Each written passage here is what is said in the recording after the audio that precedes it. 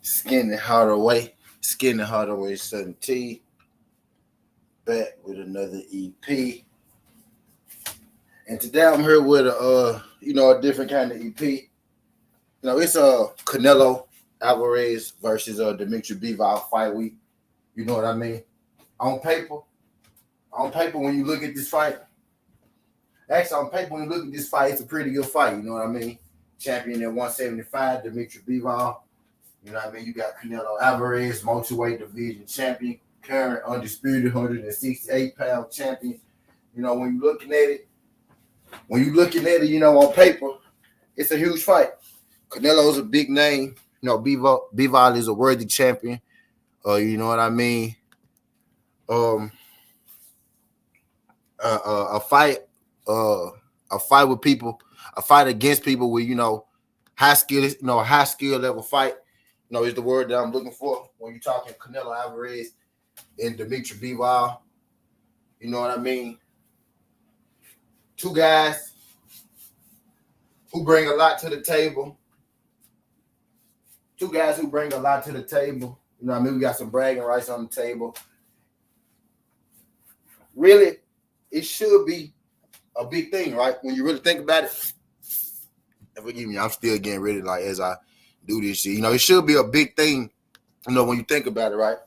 When you add all the factors, the ones I just said, Canelo Alvarez being the champion, Canelo Alvarez being who he is, goddamn Bivol being the champion, and shit like that. Canelo Alvarez fight week is always, a big thing, right? Has always been, a big deal. Everybody know Canelo Alvarez got two dates. This date coming up, July, and then September. You know what I mean? So Canelo Alvarez and Dimitri Bivol has been, on the docket. It's been in top. What's good, Ghost? I got case of war MP. What the fuck? It's been on the docket, now, for a minute, type deal. And not many people, have been speaking on it. Not many people have been talking about it. I thought maybe. Let me sit down for a second. I thought maybe. I'm going to sit down and roll up for a second. I thought maybe, as the fight nears closer, it will pick up. Talks will pick up, about the fight amongst the boxing world, with the people and everything like that. But at the beginning of every week, I normally do a fight breakdown and prediction. And I drop them on Mondays.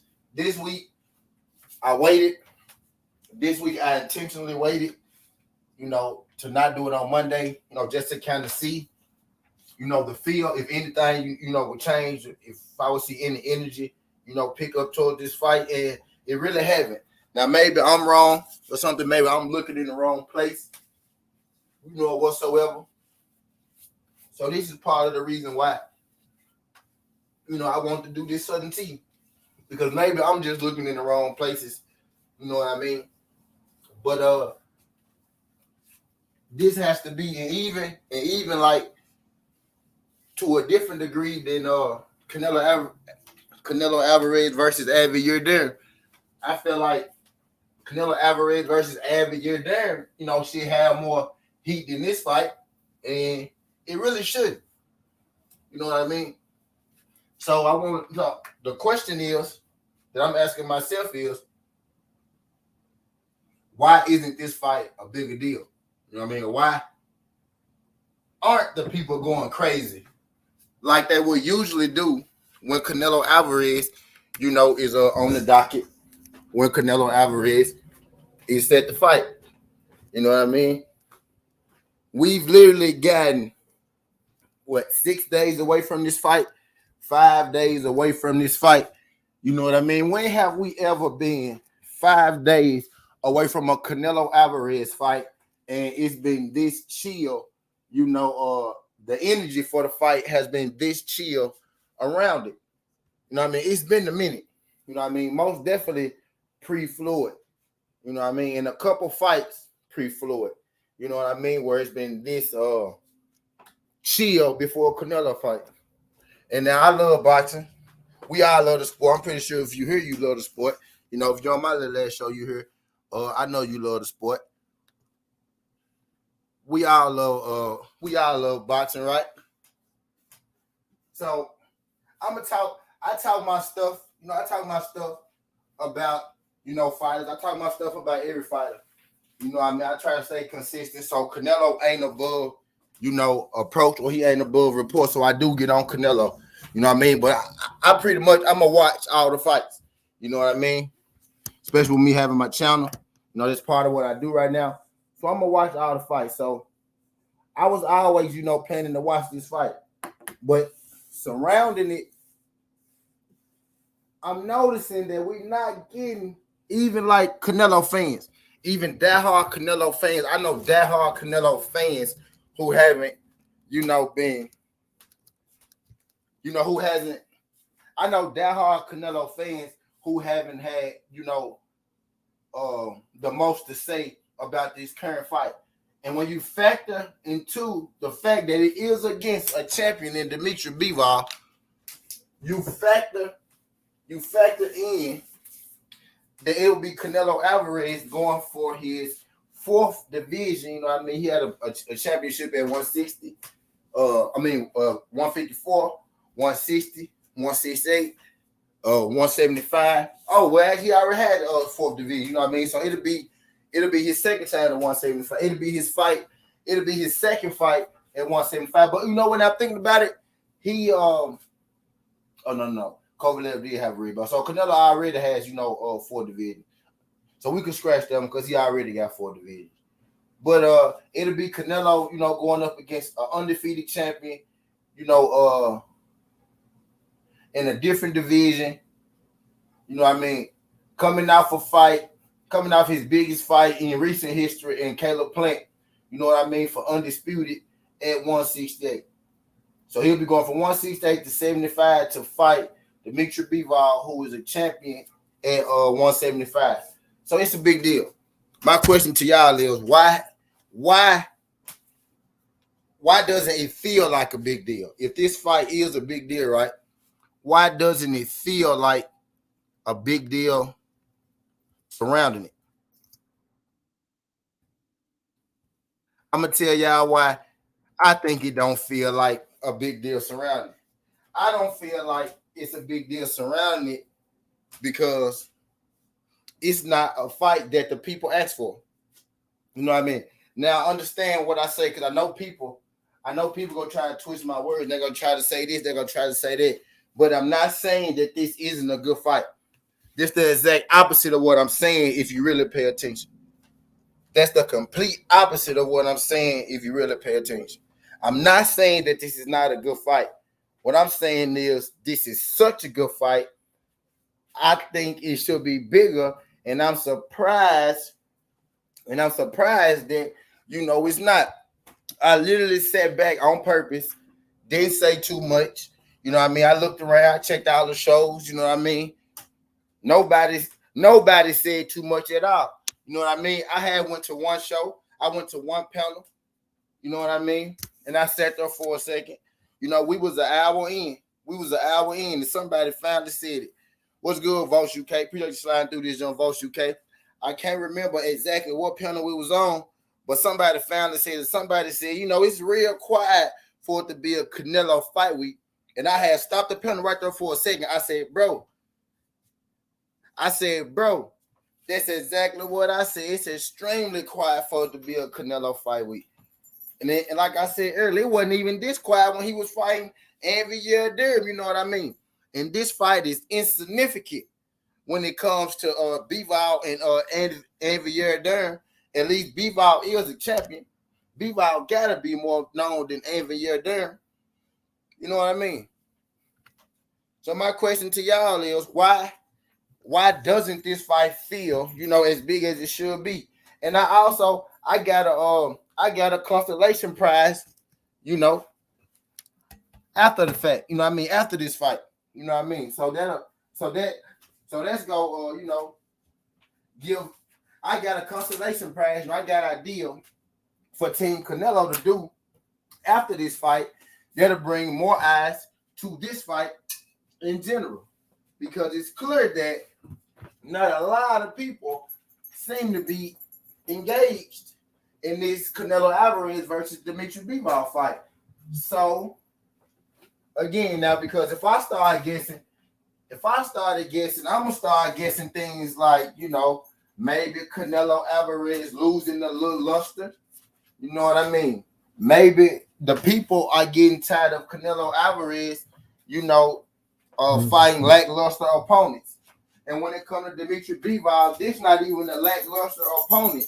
But I think the people are so fed up with Canelo fighting lackluster and unnamed and unknown opponents, he can't even, slip a guy like Bivol in there who's actually pretty damn good. He just don't got a name. He can't even slip a guy like Bivol in there right now because of his past history, not because not no fault to Bivol, not because Bivol is even a bad fighter or nothing like that. You know what I mean? And this is the killing part, because people think that, I'm going in on Canelo, but actually what I'm saying is this fight right here is damn good. But Canelo done gave us so much bullshit. Before this, so much bullshit in between, that in hindsight, we can't even see that this fight is a good fight because a lot of people don't even know who Dimitri Bivol is. So at this point, we just expected him to be a pushover like everybody else you've been fighting. So nobody really want to see it. We just got the attention. You know what I mean? Off this fight. To answer the question truthfully,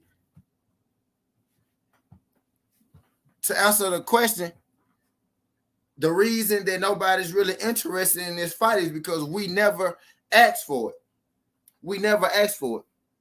I'm gonna use Tank Davis for example, real quick. The thing with Tank Davis is people say, I want to see Tank Davis fight better fighters. I want to see Tank Davis fight better fighters. I want to see Tank Davis fight top guys. But if you really check Tank resume and you check where those guys was ranked at when Tank Davis actually fought those guys, most of those guys that Tank fought was ranked in the top 10. You had some ranked in the top 7, as well when he beat him. You had Jose Pedraza, who was borderline, a pound for pound guy around that time. Tank stopped him. Pedraza stepped up to fight Tank, way back when, before Tank was really the monster that he is today. If let's say that Pedraza beats Tank Davis back then, now you got Pedraza who's spoken about in a different light, who's spoken about on a different scale and things like that. A lot of people don't know Pedraza, got a win over Tevin Farmer.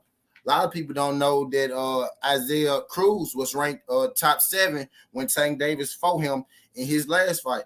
You know what I mean? Tank Davis also stepped in the ring with Mario Barrios. Who was a top 10 guy at 140 at the time that Tank Davis fight him. You know what I mean?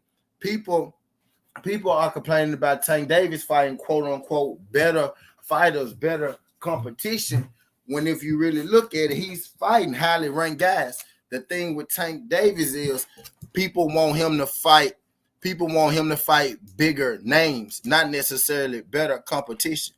Because I got this saying that I say about Tank Davis. If you comparing the fights, right, Tank Davis not going to have too many fights that's tougher than Isaac Cruz. You know what I mean? Just to be real, if you talking difficulty, of the fight, what he had to go through with his hand being bust up and all that good shit, he not gonna have too many more fights, where he got to dig down, that deep. A guy like Isaac Cruz, who came in with the right game plan and all that shit, it's not going to be too many more tougher fights than that. But I think the problem with Tank is people he not fighting the names. You know what I mean? He not fighting the names. He not fighting the familiar fighters. He not fighting the recognizable faces, that the people know. It don't need necessarily got to be a better opponent. You know what I mean? It don't necessarily mean a harder fight. It means just, what I said, a bigger name and a bigger brand. You know what I mean? Because let's just say this for a second. I might think, maybe Isaac Cruz, would be a harder fight for him than Devin Haney, given that, Isaac Cruz is a bigger puncher, with the game plan that Eastside Cruz, came in with. You know what I mean? I might say that and with Eastside Cruz being, a more active puncher, I might say that Eastside Cruz would be a harder test for him, than a guy like Dev Haney. And I'm not saying that I think this. I'm just saying there are people, who think this. You know what I mean? So Eastside Cruz may be a harder test as far as physicality for Tank Davis, but David Haney is a bigger name. You know what I mean? A guy like O'Shaquie Foster. You know what I mean? A guy like Gary Russell Jr. I'm just saying, for argument's sake, there are some people who feel like, Eastside Cruz is a harder fight than those people, but they don't hold the name of a Gary Russell Jr. or they don't hold the name of a Ryan Garcia or something like that. People be okay with those fights, but I think, he's already fought better guys than a lot of those guys, that we want to see him fight. I think it's a namesake thing. And I think when it comes to Canelo Alvarez in this situation, it's not even necessary in this situation, in this case. I don't even think it's a situation where your opponent is weak, and that's why people, not interested in the fight. I think it's a case where your opponent has been weak for so long. You know what I mean? You gave us Caleb Plant. Caleb Plant is a more popular fighter than Dimitri Bivol, clearly. The people got around that Caleb Plant fight. But you've been fighting, weak competition, for so long. You fight Caleb Plant, they get the people going, and then you sign up to fight a guy named Dimitri Bivol. The average fan don't even know who Dimitri Bivol is. So they thinking, nah, man, you going from Caleb Plant to this trash can again, and, they probably getting sick of it. So I think that, there are people that's less invested more so in this fight, because this is really not a fight, that we asked for. Not even a fault to Dimitri Bivol, not because he is a bad fighter, just simply because this is a fight that, asked for. You know what I mean? In this particular situation, we asked for David Benavidez versus, let me say what's up to the people that came in the building, because I'm just over here rolling. I ain't said nothing to nobody. What's good, damn it, man? Shout out my guy, K Savoy. Appreciate you sliding through this joint. My guy, MP, what the fuck? What's good, pimp? Appreciate you sliding through this joint, MP. Glad you can make it. My guy, Darryl Deloach. My guy, Ghost. What's good? Ghost, my bad. I skipped Ghost. Shout out to my guy, Ghost. Appreciate you sliding through this joint, Ghost. Glad that you can make it, pimp. Glad that you can make it. Can y'all do your boy a favor when y'all roll on in? Can y'all hit that like button? Can y'all hit that like button for your boy when y'all roll on in? Greatly appreciate it. Shout out my guy, Darryl Deloach. What's good, pimp? Appreciate you sliding through. Appreciate you sliding through this jump. Big Slugger. What's good? Salute my brother, Big Slugger. Glad you can make it. Big Slugger ain't missed a day since he been here. Greatly appreciate you sliding through this jump. Case of Voight. What's good? Vosh UK. He said, salute T. He said, it's a fight for the boxing peers. Appreciate you sliding through this jump. Vosh UK. We finna talk about it. VV, what's good, pimp? Appreciate you sliding through this jump, VV. VV said, nobody knows who Dimitri Bivol is, and those who know him think he's boring. The casual fans and even a lot of hardcore fans want someone exciting like David Benavidez or Arthur Material. You, Duval. Yeah, fact, you know what I mean? It wasn't a fight that, necessarily asked for. I'm about to get into that part. He said, I'm hyped for Canelo Bivol, though, because Cinnamon is going to get his neck boxed off. We finna talk about it. Shout out my guy, Alan Cummings. Appreciate you sliding through this, Alan. He said, hey, man, wasn't saving the age Drew and Trill, not on, like, something going on. I ain't really sure, bro. Shout out my guy, Just Do Boxing. Appreciate you sliding through this, Just Do. Glad you could make it, pimp. Glad you can make it. He said, it's the circus, right? Because La Raza won't shut up about the fight. Okay, I think that's it about it. Dwayne Freeman. Shout out my guy, Dwayne Freeman. Boxing Measures and Dwayne Freeman. Appreciate you sliding through this, John Dwayne. Glad you could make it, pimp. Glad you could make it. Shout out my guy, J.A. Dixon. What's good, J.A. Dixon? Appreciate you sliding through this, John. Glad you could make it, pimp. Glad you could make it. Y'all do your boy a favor. Hit that like button when you roll on in. We in this junk cooking. We in this junk talking about Canelo Alvarez fight versus Dimitri Bivol, because nobody else is in here talking about Canelo Alvarez fight versus Dimitri Bivol. And I'm in here trying to figure out exactly why. I'm trying to figure out exactly what's going on in the water, exactly why no one seems to be interested in it. Now I know why I think nobody is interested in it. You know what I mean? But I want to know why, some of y'all feel like nobody's interested in it. And I told you it could be a multitude of reasons. You know what I mean? It could be a multitude of reasons. The people could just be tired of, getting bullshit. We got all these fights going on. And the crazy part is this particular fight, not even bullshit, but it's like we've been getting so much of the bullshit, we can't see past. We can't even see past, this shit.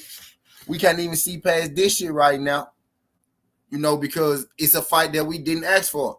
The people wanted Charlo. The people wanted David Benavidez. The people even want you to fight Beterbiev after this fight. He at Canelo's at 175. And this is what I would propose. Let me go find my blunder. And I'm going to tell y'all what I would propose.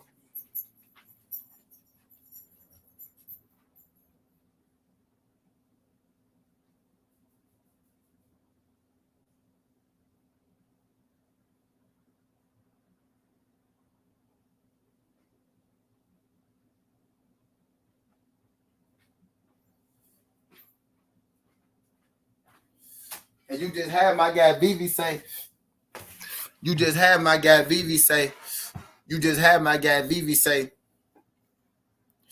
the people want to see Charlo and Beterbiev. You even got Canelo, fighting Bivol at 175, a fight that the people didn't ask for. He said, you like already fried up. A fight that the people didn't ask for, right? You fighting Bivol at 175 when the people been asking for you to fight Beterbiev at 175. You know what I mean? It's like not saying that Bivol isn't a good fight, because he is. But you got the people like me, people like Vivi, who asking you to fight Charlo, Benavidez, Beterbiev. But you'll go up to 175 and fight Bivol. Well, okay, cool. So maybe you go get Bivol belt first and then fight Beterbiev, right? No. You go fight Bivol, and then you go come back down to 168 and fight a guy who not even at 168, where all those people at 168, we said we want to see you fight still there, and you ain't even fought them yet. You know what I mean? So it's like, at this point, Canelo is doing just about everything opposite of what the masses and what the people want to see him do. And I kind of think this fight will go show that, or showing it, you know what I mean? I'm pretty sure when the fight happens, they gonna figure out some kind of astronomical number, to make this, the biggest Canelo fight in the world, type shit.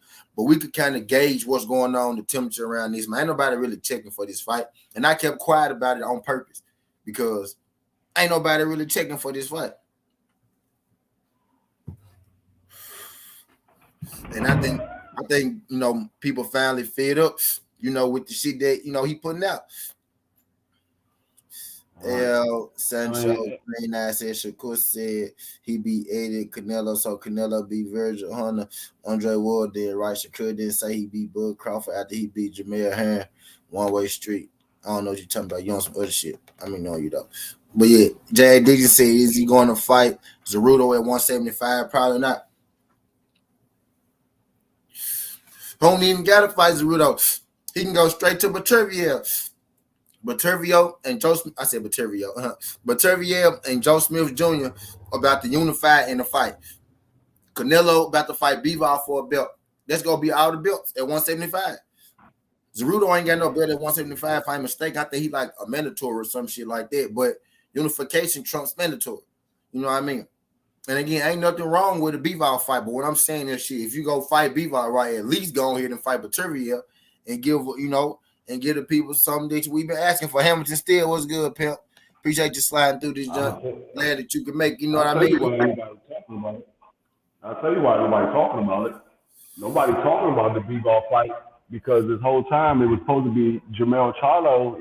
They were saying, they thinking about making a fight with Jermell Charlo, and then you get offered more money to fight Jermell Charlo and David Benavidez, and you take less money to fight Bivol in a third match with Triple G. That's why nobody's talking about it. Fact, what I'm saying, like, it's not giving the people the fights that we asking for. You know what I mean? nobody's talking about it because it's not really something we want to see, despite it being an opponent who actually got a good skill set. You know what I mean? Nobody really checking for it.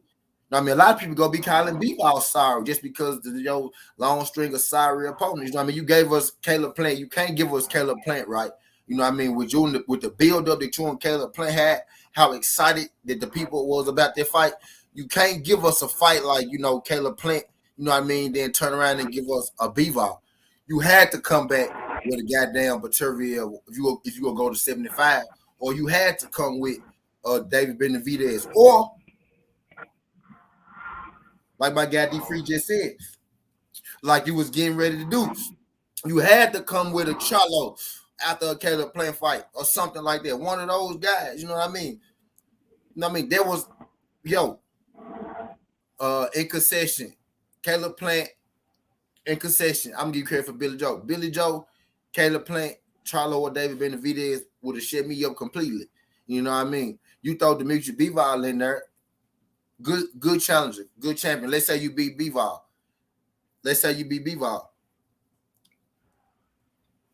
It only makes sense for you to stay at 175. And somebody said Charlo don't want to fight David Benavidez. Well, okay, even though Charlo is at 160, right? And David Benavidez is at 168. If Canelo Alvarez is going to go up to 175, let's say that you drop the belts. Now you got 4 belts loose. I'm sure that would entice Jermall Charlo to come up, who's the WBC champion. David Benavidez is going to be the interim WBC champion. He fighting David Lemieux for the interim belt because Canelo Alvarez want to hold on to the belt at 175 and then come back down to fight Triple G. I mean, at 168. He want to hang on to the belts at 175, then come back down and fight Triple G at 168. You know what I mean? So Dave Benavidez is getting the interim belt, but Canelo is still able to come back down and not fight Dave Benavidez. But I digress. My whole thing is the shit that I don't like is always one-sided. They talk about how Jamel's not moving up to fight David Benavidez. He only want to fight Canelo. Well, we know Canelo is the only fight that he really wanted. That's the reason why he said he'll move up to 168 to fight Canelo. He doesn't. David Benavidez doesn't have a belt for Charlo to get at 168. So you want him to lose his belt to fight David Benavidez and not have a chance to fight Canelo. He said he will move up to 168 to fight Canelo because that's for another belt. But y'all have this energy for Jermall Charlo about not fighting David Benavidez, but he's moving up to fight Canelo. Y'all don't have that same energy for Triple G not wanting to fight Jermall Charlo, but he's moving up to fight Canelo. Right. Make sense. What I was hitting at 2D Free, let's say Canelo just do the right thing, fight Bivol and fight Beterbiev, undisputed. He let the belts go. Charlo number 1 in WBC. Charlo the champ at 160. David Benavidez the interim champ because Canelo playing around. So if Charlo move up, he'll be fighting David Benavidez for the WBC strap. You will have Andrade and Zach Parker, or if Andrade decide to stay at 160 or move up, however they go, Zach Parker, Andrade, or Zach Parker, and whoever. But that fight been postponed, so you will have Zach Parker or Andrade fighting for the WBO. Morrell got the WBA. You gonna have Charlo in the WBC, and you gonna have some dude name I can't pronounce in the IBF. What I'm saying is, if you let the belts go, what Canelo said, why don't all y'all fight each other now? Fight the winner. That'll start that round robin tournament. You know what I mean? Right. So people want to say this, and they want to throw you off. They want to throw you over here and throw you over there. When really, like all y'all say, Canelo control this. Canelo the face of boxing. Well, tell him to do the right thing with it. That's all I'm getting at. Right. That's what I'm saying. They don't have the same energy for other fighters. They only have it towards Jermall Charlo. They said Jermall Charlo won't fight David Benavidez. Jermall Charlo never called out David Benavidez. He never called David Benavidez out. They asked him a question about David Benavidez. He answered the question, but he never called out David Benavidez. He wasn't looking for that fight.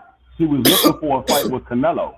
That's the fight that he's been chasing. The same thing that we were talking about with Bud. He was chasing Manny Pacquiao for 5-6 years. It's the same thing going on with Jermall Charlo. He's going after Canelo. He's been chasing Canelo since 154. He's been trying to get that fight with Canelo since he was at 154. That's the fight that he wants. After he get that fight with Canelo, then he might fight David Benavidez. Or if Canelo drops the belt and Jamal decides to move up to 168 and fight for the vacant WBC, then he might fight David Benavidez for the vacant WBC. Good, but that's not a fight that he's been asking for. He never called out David Benavidez. That's the thing that I be talking about. Y'all acting like he called him out. He never called him out. He was asked a question. He answered the question. And now y'all want to make a big thing about it like he called him out. He never called the man out. Ask David Benavidez why he not going after the man that he called out. He called out Boo Boo. Boo Boo said he want to fight him. Then they decided not to have that fight with Boo Boo. Why y'all not going after David Benavidez with the same energy?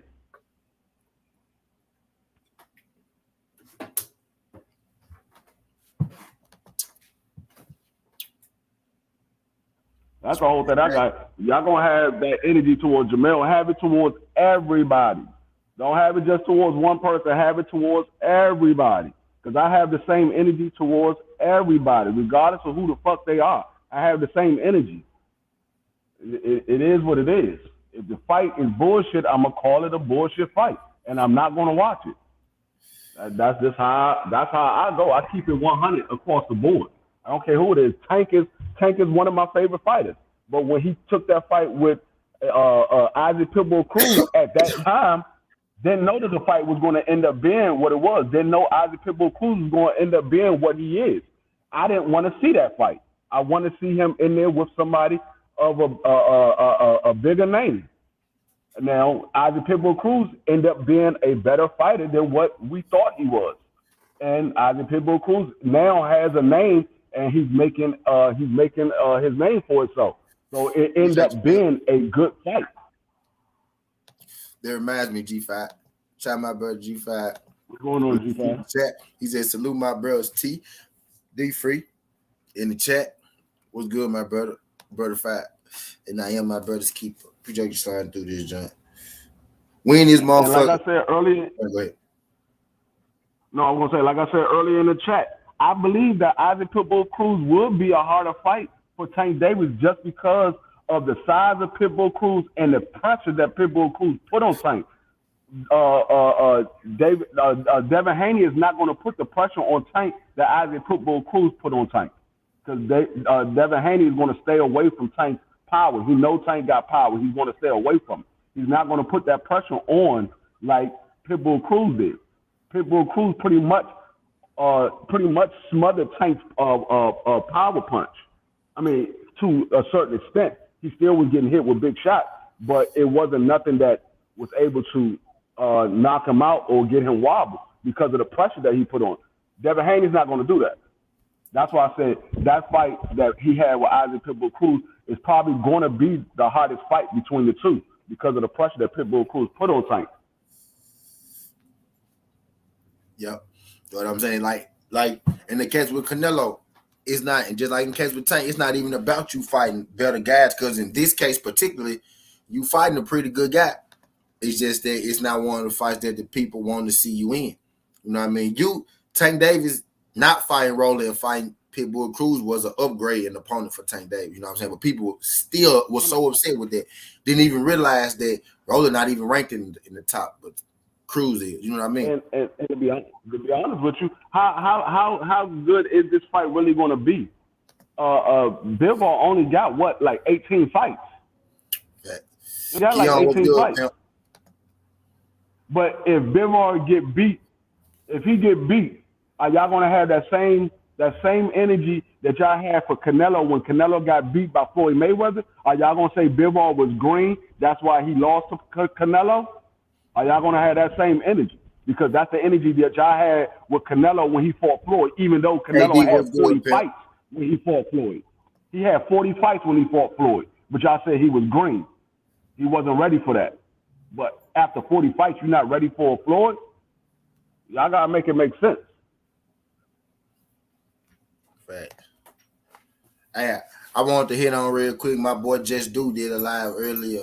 He was talking about clout chasing and Keyshawn Davis. They was talking about Keyshawn Davis. We was talking about Keyshawn Davis calling out Tank and Devin Haney and Bob saying that Devin Haney will be his next opponent. We was talking about that on the other.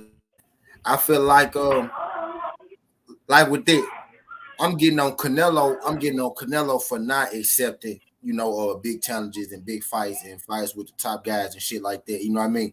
So I can't look at Keyshawn and then be like, nah, bro, I need for you to stop calling out the big guys, because in the same breath, we give Boost credit, for calling out, the big guys, and then you got to think shit on Top Rank.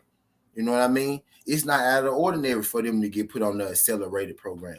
You know what I mean? Now the Tank thing, and that you probably can't fight Tank right now, Keyshawn. You probably can't fight Tank right now. You know what I mean? So I think Keyshawn was doing it more so just to put it out there in the air, so we couldn't say later on, like we say with Tank, right? Well, he ain't called out none of the good guys. He ain't say their names. And we said, well, Floyd didn't want him to fight them fights, right?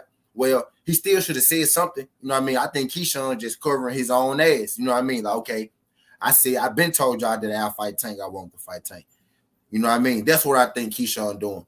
But when it come to that Devin Haney thing, Keyshawn didn't tell us that. You know what I mean?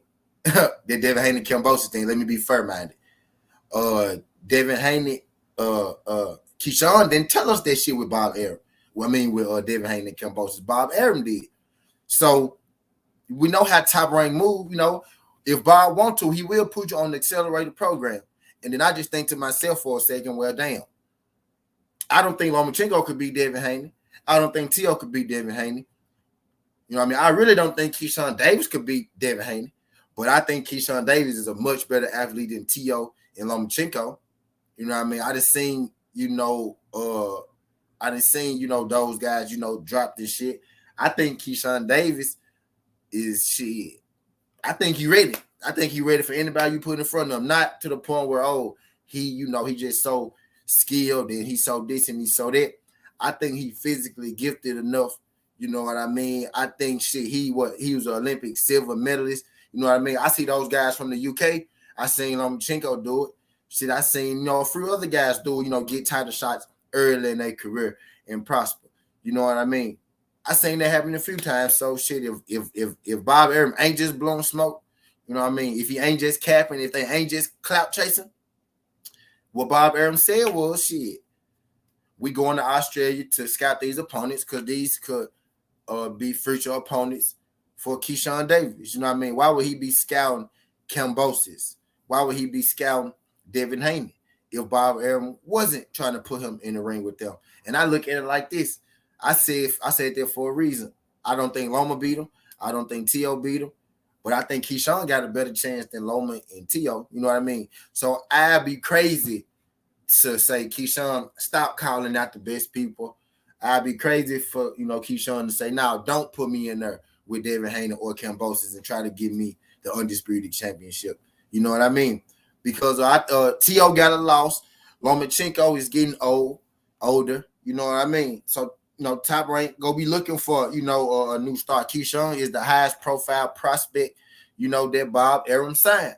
So maybe Bob Arum is trying to push Keyshawn Davis. For a second, when he signed Devin Haney, I was like, well, maybe he might be trying to keep Devin Haney. He might be trying to, put Devin Haney, in the game.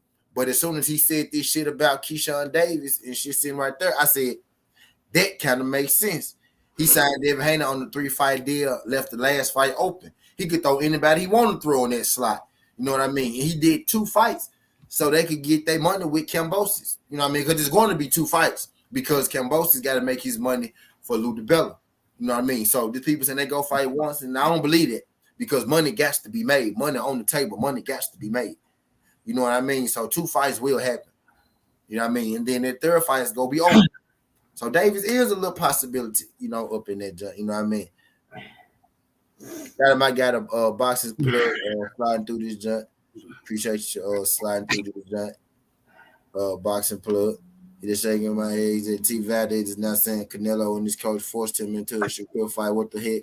What's your thoughts? We knew that. I knew that already, boxing plug. I knew he got forced in that fight. He didn't want that fight. He said if Keith Morella, he deserves the shot. Morella, aka Cheese, the fucking problem. Don't see Sean walking through him. What's good, Batman? Appreciate you sliding through this jump, Batman. He said, "Big takedown going to get his hands on him. Move up. His big showdown." I'm gonna go potty real quick. He just sound like a devil playing John Page. Oh yeah, for sure. Yeah, let me get that, man. But hell yeah, man. So I think it's I think this shit could happen. But I'm just saying, like, in a world where we got, guys like Canelo who seems to be fighting every other fight other than the fights that we asking for. You know what I mean? I'm like, bro, I ain't gonna knock Keyshawn because I wish more people did. I wish Canelo literally sucked us into and a lot and people don't talk about this enough. He literally sucked us into a Jamal Charlo fight first, you know what I mean, and then switched to this Bivol fight. You know what I mean? And then only thing we want to talk about is Jamal Charlo fighting Selecki instead of the bigger picture. You know what I mean? And let's say, okay, fuck that part. He move up and say, well, how about all y'all fight each other down there? Everybody that the people asking me to fight. Everybody that y'all want to see me fight, right? How about y'all fight each other? How about that? Y'all fight each other. And then I'll fight the winner. Well, okay. David Benavidez. Not me. I ain't say this. Sudden T, I ain't say this. And shout out David Benavidez because I'm glad he said this. I'm glad this came out of his mouth. David Benavidez said this out of his mouth. He said, well, Canelo. And I don't know if he heard me say this or Benavidez was just in his bag one day. He was like, hey, this nigga bullshit. But David Benavidez said the same shit that I said. He's, hey, why don't you drop the belts and give us a reason to fight each other and make it more enticing? You know what I mean? And that shit just make perfect sense in a perfect world.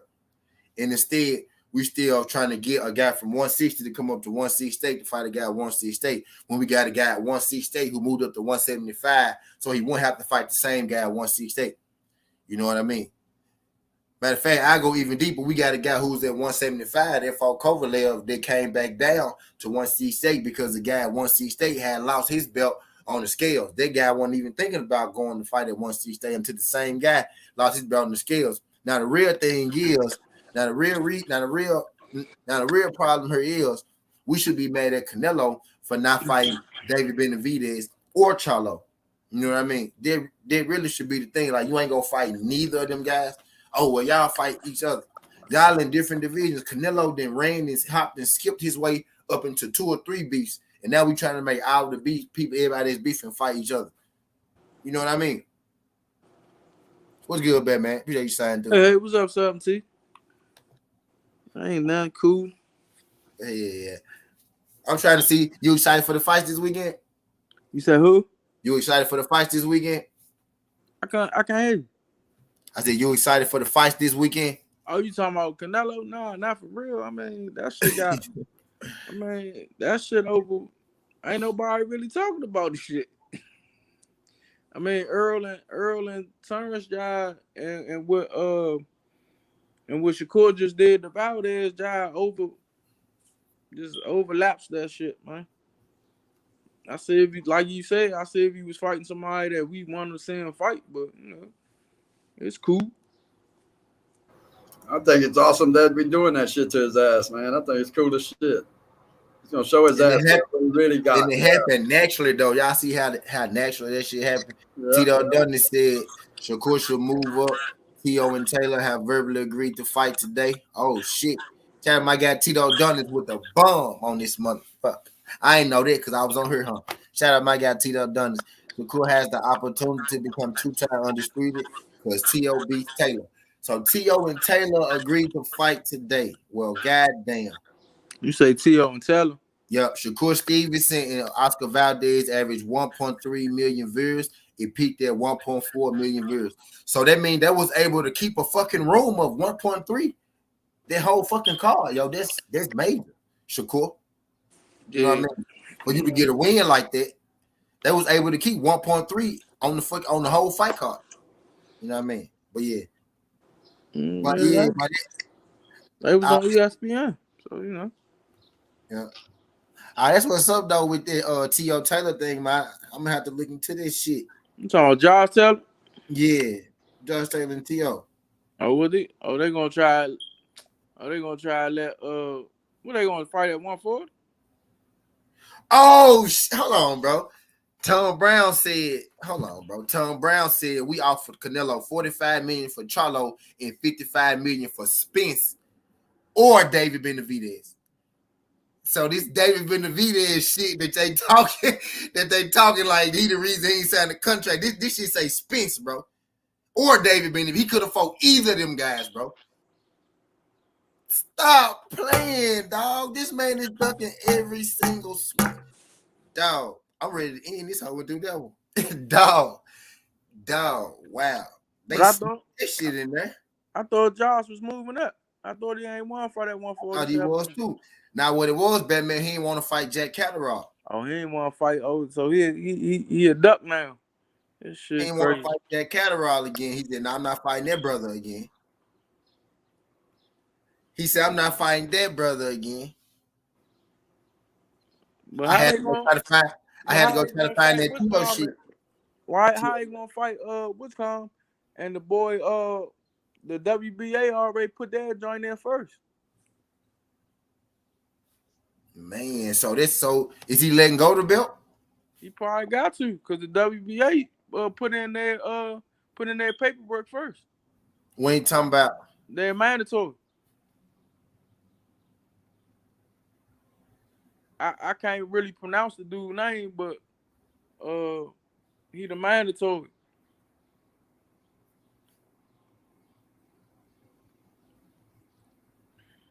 He said, "What's look good rank? Antoine or Antonio?" Oh, you say Taylor is juicy. I'm looking for that Taylor and that Taylor shit, right now. Antoine ranking is number 9. He number 9.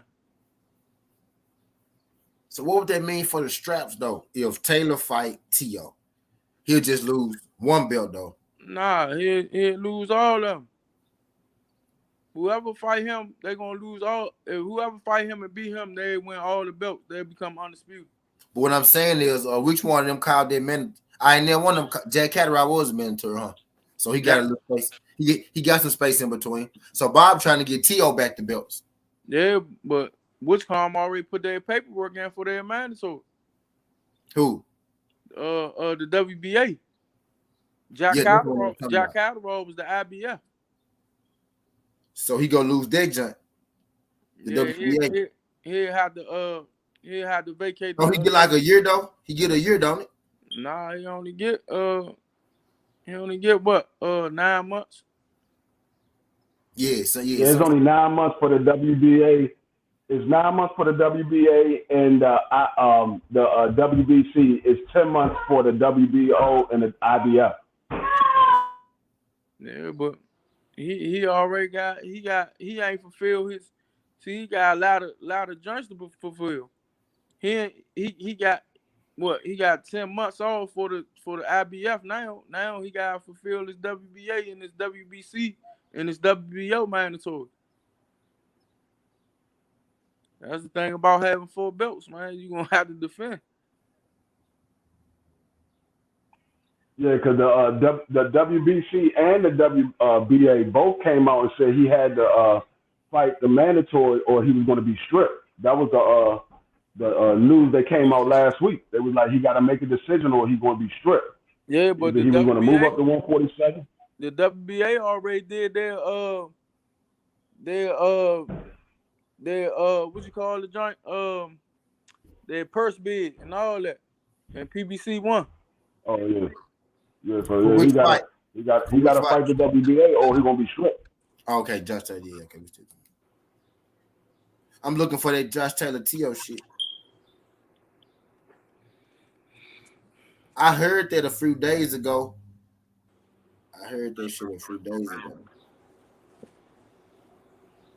So maybe Bob trying to see who we go keep. Bob trying to see who we go keep. He said, "Damn, he trying to body 2 more niggas for his shot. Gary needs to cut Tio. He coming off a loss, getting a shot at all the belts." Yep, he been trying to find a way to get Tio back in there for a minute. You know, he tried to put him above Jose Henderson. I don't think that. he sued what? Who he sued? He sued the ranking system, the sanctioning body, and he got his spot back. And I guess now he's gonna give him Josh Taylor to try to give him, his juice.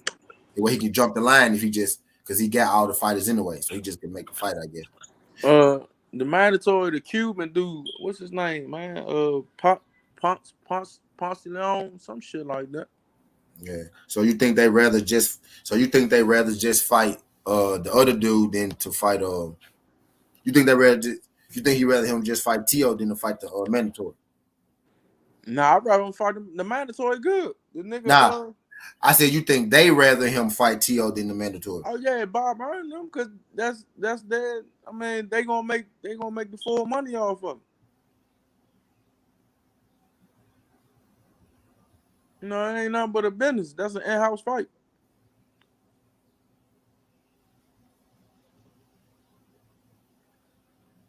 Man, at the end of the day, that's why the PBC did the shit with the Spence and Terrence Crawford shit. We gonna make our in-house fights, our championship in-house fights, and you last, cause you ain't part of this organization over here.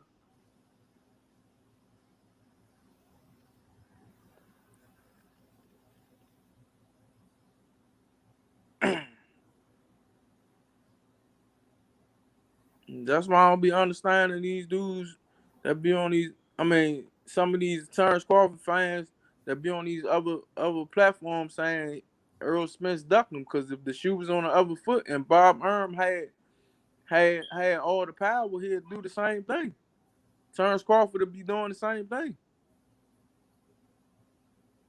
Yeah. My bad.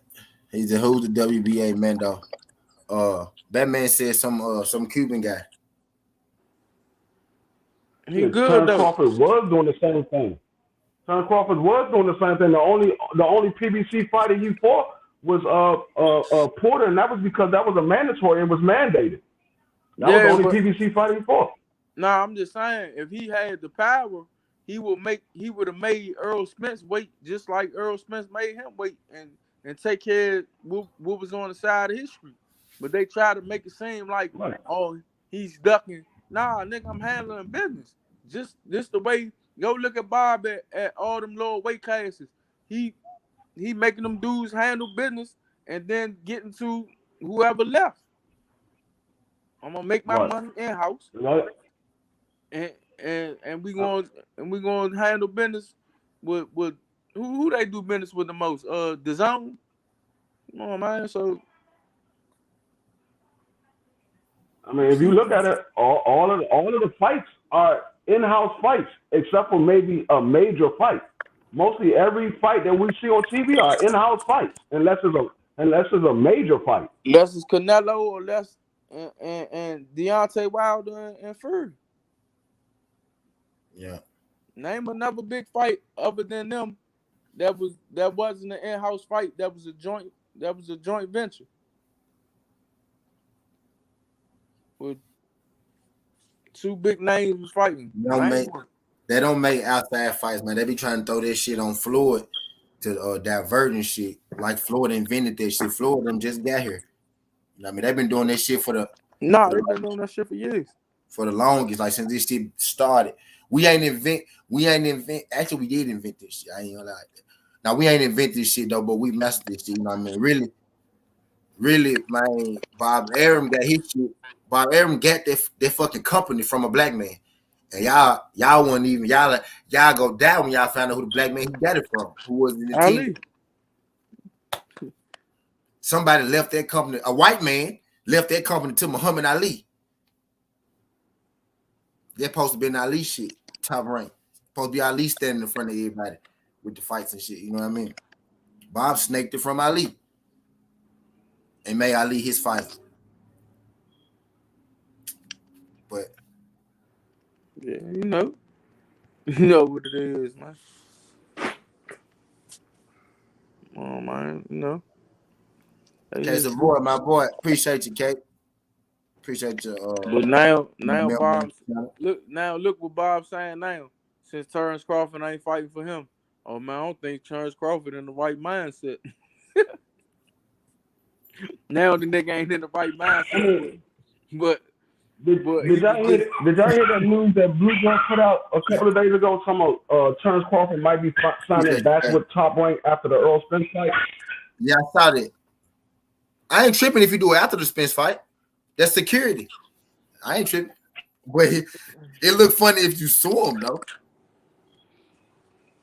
That look weird as hell. Like, how you go sue him and then sign back to him? You know what I mean? That nigga ain't signing back to the plan, man. Bob don't even want that nigga no more. Right. That's how Bud be moving though, man. If Ali had Top Rank instead of Bob, right? Man, they couldn't let Ali. They couldn't let Ali get no damn Top Rank, y'all. Y'all knew they couldn't let that man have Top Rank. He'd have been too rich because man, everybody loved him. Facts. Yeah, I knew they could. A lot of folks don't even know that. I ain't gonna lie. I was late to game on it. He'd have been too rich because man, he probably would have done boxing right. And Bob stole that shit from Ali when he went to jail, man. Yeah, he snaked it from him. Yeah, he snaked it from him. He stole that shit, man. That's a story, man. That's it. Yeah, he snaked it from him. He went to jail, man. That's what happened. Yeah. They damn near put that man in jail just to, you know what I mean? You never know. They put him in jail because he wouldn't go to the jail. He didn't want to go there and kill people that he didn't know. People that didn't do shit to him. All the people for the draft, you go. Ali got to go. Yeah, no shit, huh? That's fucked up. Just because he didn't want to go kill somebody that he didn't know that didn't do nothing to him. No. You my opposer. You my opposer. This shit was fucking bad. Yeah, that shit was crazy. Yeah, he snaked it from that dude though. Well, yeah, man, I feel like I'm glad this shit happened though. I ain't lying to you because I just like normally people be hyped for Canelo fights weeks in advance. You know what I mean? Weeks in advance. Type deal. We literally didn't get to the week of this goddamn fight. We didn't get to the week of this goddamn fight, and it still don't feel like fight time. I think it's great, man. It don't even feel like. Man, I told y'all I didn't.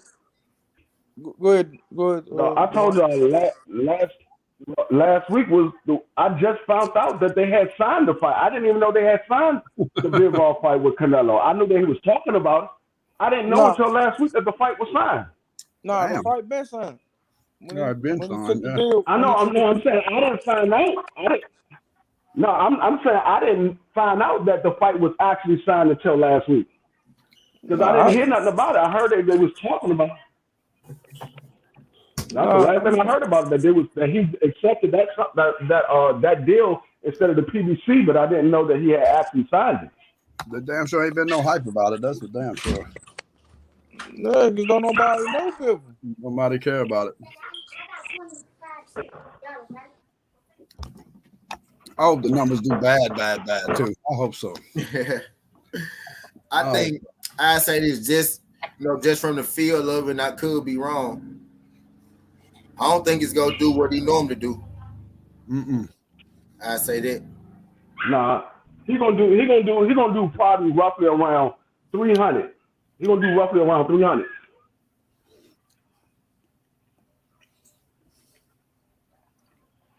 That's what I feel he's gonna do. I think he's gonna do roughly around 300. Yeah, he's got to still all the Mexican fans, they're gonna feel right with it. That's what I'm saying. That's why he's still gonna do probably around 300 because he got the whole Mexican fan base that pretty much support him. So he's gonna do roughly around 300. But other than that, it's not gonna be what Canelo normally do. No. Or what they say he normally do. We don't know exactly what he normally do, but according to what they say, it's not gonna be nowhere near that. I think it's great because we've been calling for the fight. We want him to fight, Charlo, Benavidez, Boo Boo. We want him to do them fights. And he's ignoring us by going his route. And that's good, man. I'm glad it's happening this way to his ass. And I thought it'll never happen. I hope it followed through and his shit kind of take. I know that don't say it's about no fighter. I'm not gonna boycott it. I'm gonna watch the shit. But I ain't gonna lie, I just hope just organically. I ain't gonna lie, I hope this shit plummet. I'm gonna watch it. I'm just not gonna pay for it. And force him to fight somebody. You know what I mean? For real. Like and then the thing is Bivol not even a bad fighter. It's just at this point, dog, it's so bad. You could fight a good fighter right now, but we so sick of it. We so sick of you fighting, trash people, and don't enough people even know Bivol. Everybody just gonna consider him trash. I'm like, oh, it's another trash nigga. You can't come out. Easy fight for fucking Canelo, man. Right. Okay, the plan was, your biggest fight in the minute, in the press conference and all this shit. Y'all made that fight something. Y'all got us into this shit. You know what I mean? Y'all got us into that fight. You and Bivol was nice as hell. You know what I mean? I know. The whole time, like, ain't nobody checking for this fight. And y'all ain't do a good enough job to make us check for it. For one, we never asked for this shit. You know what I mean? And for two, y'all was nice. Y'all been nice as hell the whole time. You know what I mean? Too damn nice. You're on mute. My bid was good, pimp. There you go. My bid was good, pimp. The hell yeah. Man, if he was fighting Better Be, this should be more interesting. Yeah. Right. And then the fact that you go fight him and then go back down. With the fact that everybody know you go fight him and go back down and fight Triple G. Not stay at 175 and fight Beterbiev, or you still coming back down to not fight Benavidez or Andrade or nobody like that type deal. Nobody that. Yeah, just do. I just dropped that. I'm finna do a video on it right now. Actually, I just dropped that joint in my community tab. I'm setting up my video right now for Canelo turned down Spence at 164. I just dropped that joint in my community tab. Or just do. Well, no shit. They offered him. See, we knew about the Charlo and Benavidez fight. Yeah. They offered him 55 million. I mean 45. Hold on, they offered him 45 million for Charlo. And then they offered him 55 million for Earl Spence at 164, or or Benavidez at 168. They gave him two options on that second fight, and he ain't want neither fight, yo. And he's gonna go make 50 million fighting fucking. Tom Brown reported this. Tom Brown is the PBC spokesman. He said we offer Canelo 45 million for Charlo, 55 million for Spence at 164, or Benavidez at 168. So if he wanted the weight clause of motherfucker, they was gonna put Spence in there instead of letting them bring Benavidez down. You know what I mean? That shit beautiful. You see what I'm saying, dog? That shit right there. This like, bro. This nigga turned down 100, bro. This nigga turned down. Even with Spence would have been 55 million. He got 50 million with Bivol, right? What? He might turn down 100 million. Is it 85 million for a 2-fight deal or something? Nah, 55 million for Charlo. No, I meant right now the Bivol fight. 45 million in the 45 fight. In the second fight, 50 million or something like that. Yeah, so see, he turned down he could have fought Spence and made 55 million. Yep. Instead of Bivol made 45 million. That's $10 million difference, man. Talking about the PBC, dude. Coach Joe was good. And folks talking about the PBC talking about the PBC going out of business. Y'all see this cash these folks throwing around here? I ain't know shit about that Earl Spence shit. God damn, man. Man, that would have been, if he beat Crawford and would have went into that fight, that shit would have been mega. $10 million. That's a big difference right there, man. I mean, you ducking if you don't want to make $10 million, man. Come on, shit. He ducking his ass off there, man. He didn't want it. Thought I was gonna give it to him. No, that's wild. Damn it, man. And Earl really small compared to Canelo, right? Shit, when you really look at it, when you look into it, he's small. Nah, Earl bigger than Canelo. Yeah, Earl would be taller than him. I don't think he's bigger than Canelo. Nah, Earl bigger than Canelo. Size. With not weight draining, he bigger than Canelo. The only thing big on Canelo is his styles and shit. Man, Canelo, man, you know Canelo swollen here right now, man. His body's only thick. His thing, body's thick, but he ain't fucking all cut Yeah. up like fucking his thighs and his butt real big, man. Other Yeah. than that, and his calves, you know, he got that what you call that shit? He got that average blood, man. You know what I'm saying? Yeah, Shout out to all my average niggas, man. he ain't fucking he ain't cut up like fucking EJ, man. Good lord. Look at Canelo though when he at weigh-ins, T. He ain't that big, man. His chest and all that shit. He ain't that big, man. His arms and all that. Hell Look no. at him toward like when him and Plant was in the joint. Yeah. Plant was big as shit to him. He just real Canelo real thick. Yeah, he's thick, yeah.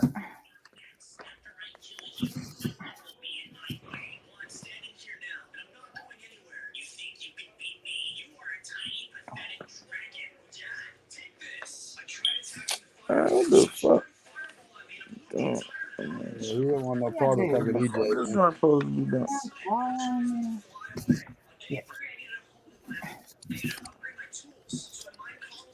He don't want no part of EJ. Yeah. So he's gonna go fight B-Ball this weekend. Then he's gonna go down and fight fucking Triple G at the end of the year. Then he's got to move back to 175 to fight one of them guys up there. They say he trying to say he gonna fight Better Beef. Yeah. Well, the winner, whoever's the winner, well, you know who's gonna win. There's gonna be Better Beef. Him and Joe Smith. That man not fighting no Better Beef. I don't believe it, but hey. He said he wants to do it the easy way this time. He got get B-Ball one belt from B-Ball, and then he can take all three of them from Better Beef if he fights them.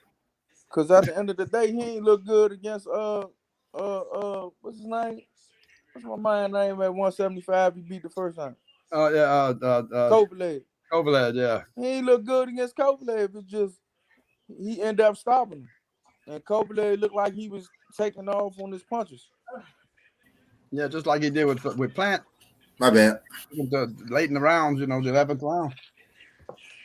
Before he could stop him, he finally connected with him and got him. Hey, 17. What's good? If you remember that Kovalev and Canelo fight, who was winning before the stop? Kovalev. He was out jabbing him. Yeah, just like fucking Plant was, yeah. And I don't think he's stopping no Better Beef, but hey. No, I was just seeing that fight last fight Better Be with that big old split in his damn head, man, and he didn't stop. Motherfucker kept coming, boy. Son of a bitch, boy. They was sticking 2 Q-tips deep in that motherfucker cut there, boy. Son of a bitch. And he hit hard as shit. So Canelo might gotta do that shit he was doing in that first Triple G fight. Then it's gonna come down. Then what's good, quick. PH trying to do this jump quick. Then it's gonna come down to is you go beat. Then it's gonna come down to is you go beat Canelo on the card. Then it's gonna come down to is you go beat Canelo on the card. No. But I got Better Be stopping him though. Ooh, that's a big thing right there, boy. Canelo stopping him. No, I said I got Better Be stopping shit, Canelo. Him stopping Canelo, yeah, that'd be some shit there, boy. Damn it, man. It wouldn't be a surprise. Yeah, I think it'd be a surprise. That motherfucker ain't never been down ever. But this nigga Better Be something different, man. Yeah, he's a bigger dude, man. Bigger dude. He breaking grown men down, man. I'm talking about. Yeah, he's a big motherfucker, him, man.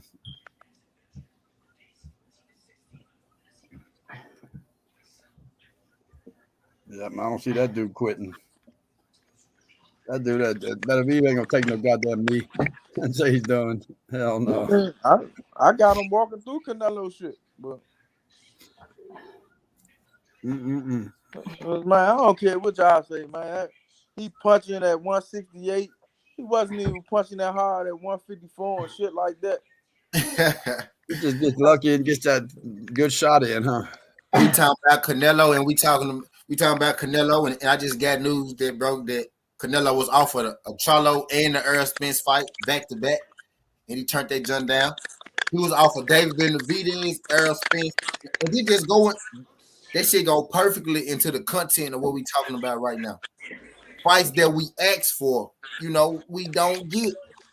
You know what I mean? It just go perfectly to what I'm talking about. Now we talking about the reason nobody really talking about Canelo fight being the fact that he ain't fighting nobody that the people ask him to fight. And now we get news to drop. Not only did he not fight Charlo and Benavidez, but if he wanted to rehydrate Benavidez, he was gonna have to fight Errol Spence at 164. Mm-hmm. What's going on, quick? How the fuck that shit stay on the left? You tell a nigga that part. Did you know about that shit, Batman? I ain't heard that shit nowhere. I remember when he you fought talking about Angulo. I heard about he wanted to take the fight with David Benavidez, and I ain't know Earl was on it. Yeah, that's what I'm saying. I ain't know. I seen a couple people say something about 55 million. Him saying no. Yeah, 45 at 164 or something Earl like that. Yeah. Yeah, he's taking 45 million to fight. Hey, I remember when he fought 55 million. Come on. Remember when he fought Angulo at 54? Yeah, I remember how he kind of took everything. They kind of just stopped the fight. That's one of those when they give you the stoppage type shit. He ain't dropped the boy and none of that. He was hitting him with everything. He was taking that shit. Now all of a sudden, he wasn't even hurting him. Facts. I'm just like, now all of a sudden, you got this lazy approach to the fights. You're not really trying to win rounds. You're just trying to knock people out. I'm calling it how I feel like I see it. I'm not picking on him. That's how I feel like he fight now. He don't fight to win rounds. He fight to, knock you out. Playing in the system, man. You know that allotted amount that he gets to take. Mm-hmm. Probably massive. Nobody knows what it is, And then the Angulo fight, he was getting gas.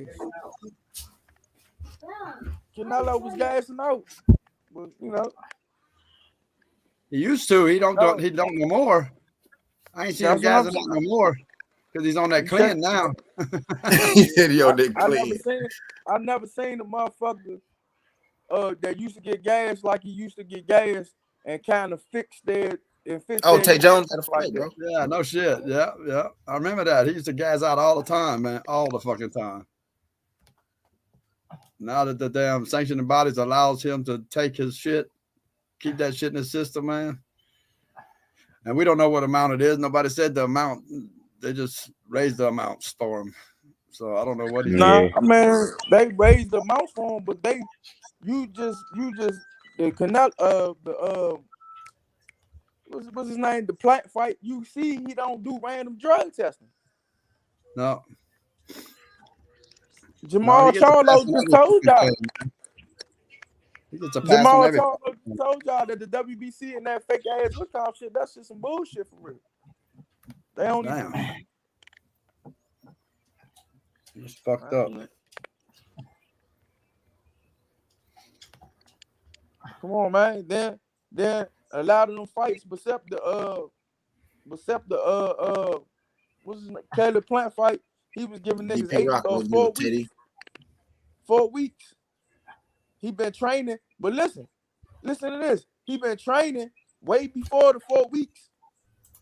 But he give his opponent 4 weeks to hurry up and get ready. Facts. Yeah.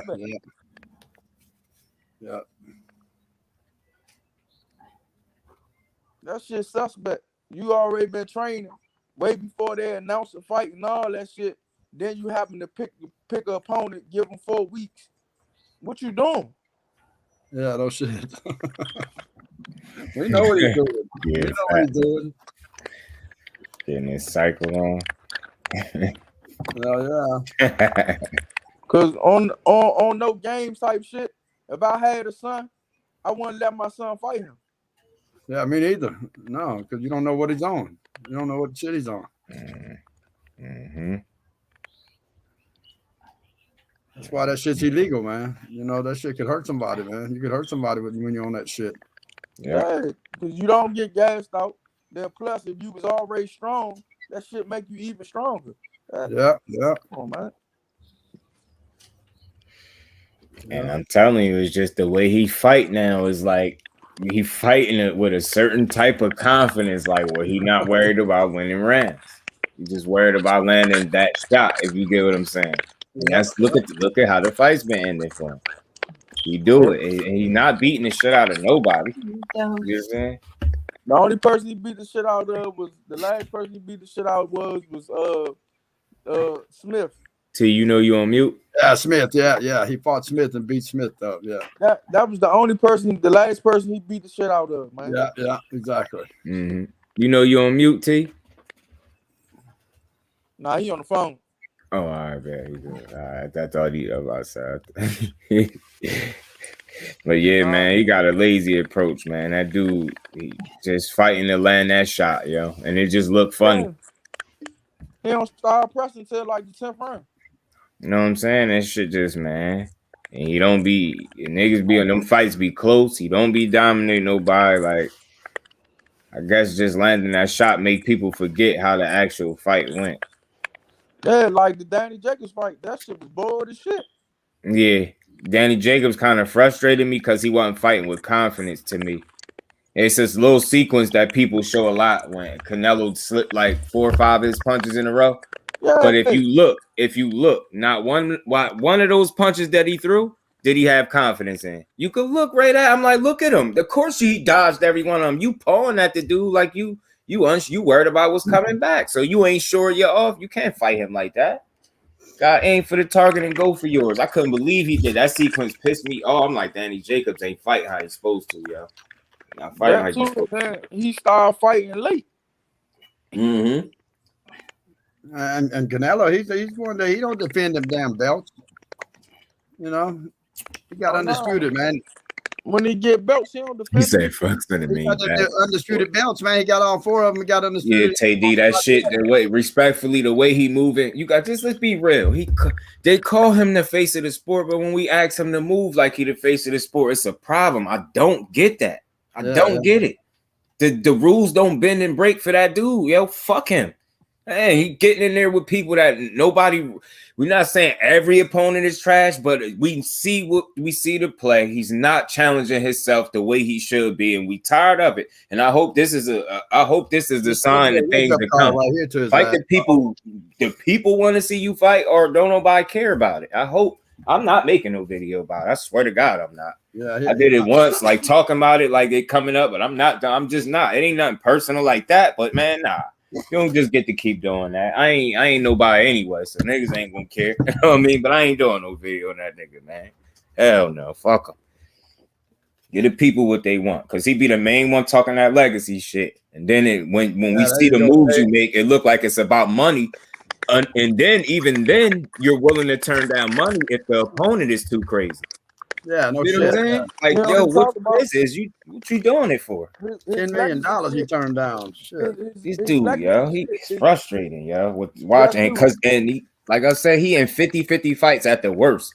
We're not saying all these dudes gonna beat you for sure. I'm gonna keep saying that. It's not that. It's just like, yo, we rather see you in there with this one or that one.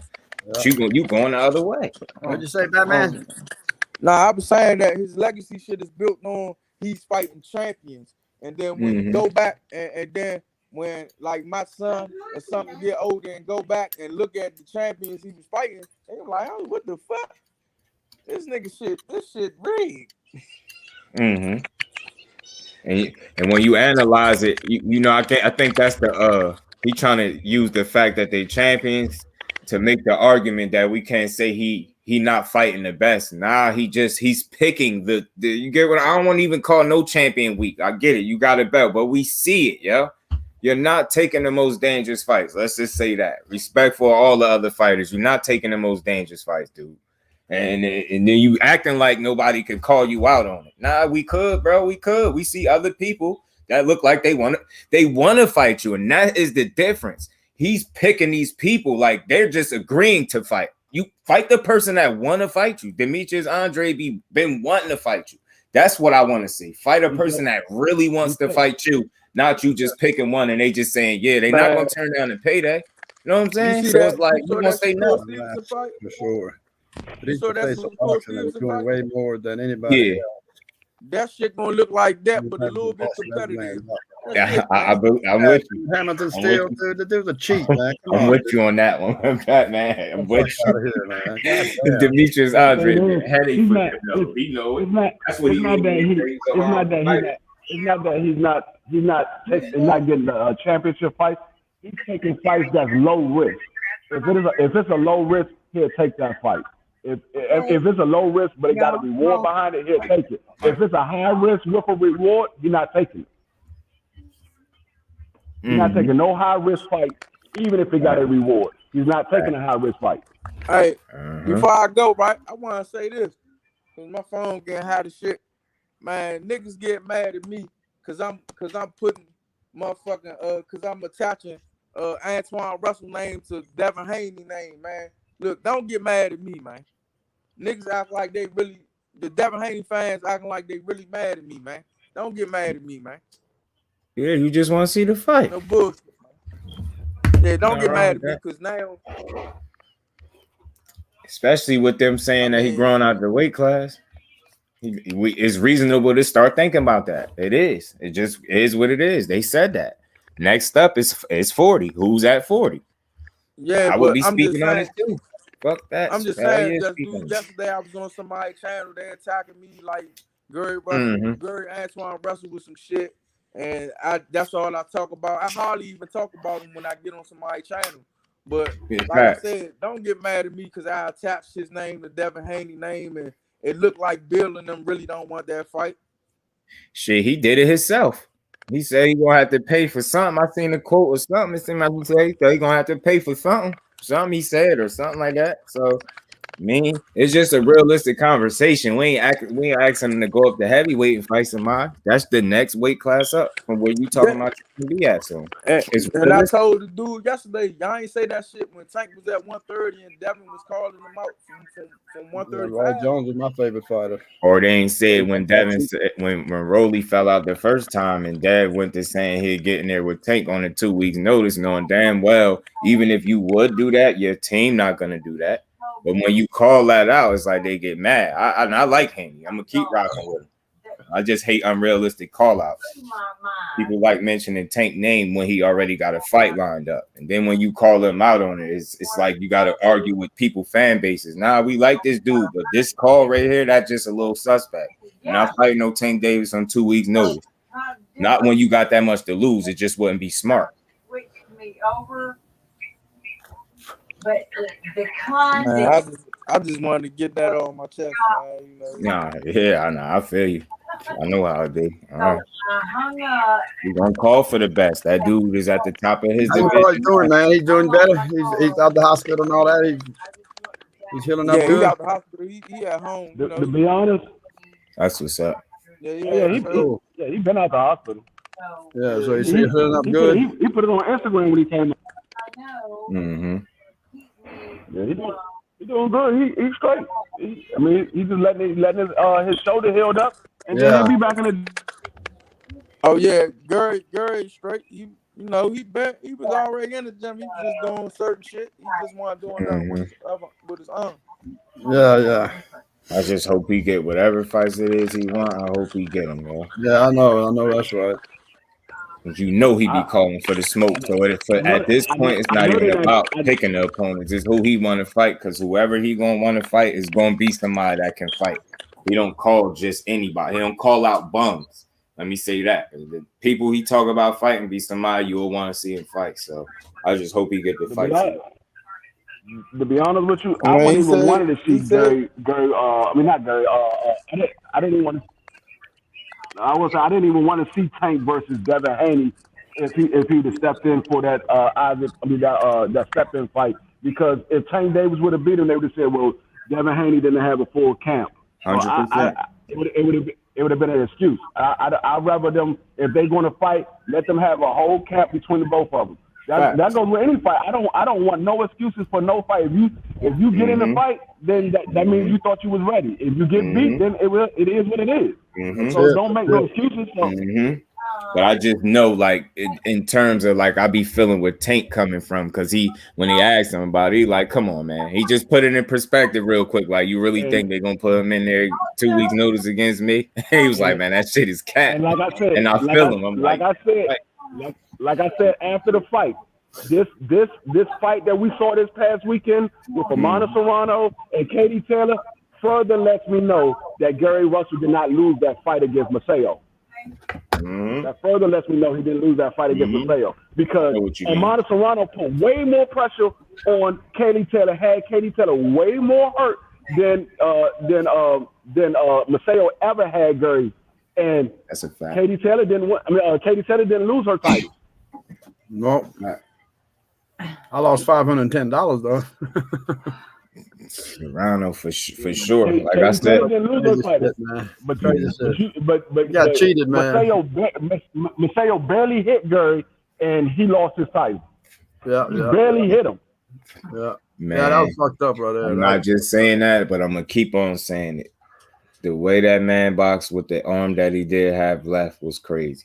Them judges, man, making that dude miss like that over and over and over again was crazy. Like, knowing that you knew your man had one arm and you still couldn't do nothing with him, it wasn't convincing in no way, shape, or form. And to me, he just showed level, man. He showed another level in there. Staying poised with that injury.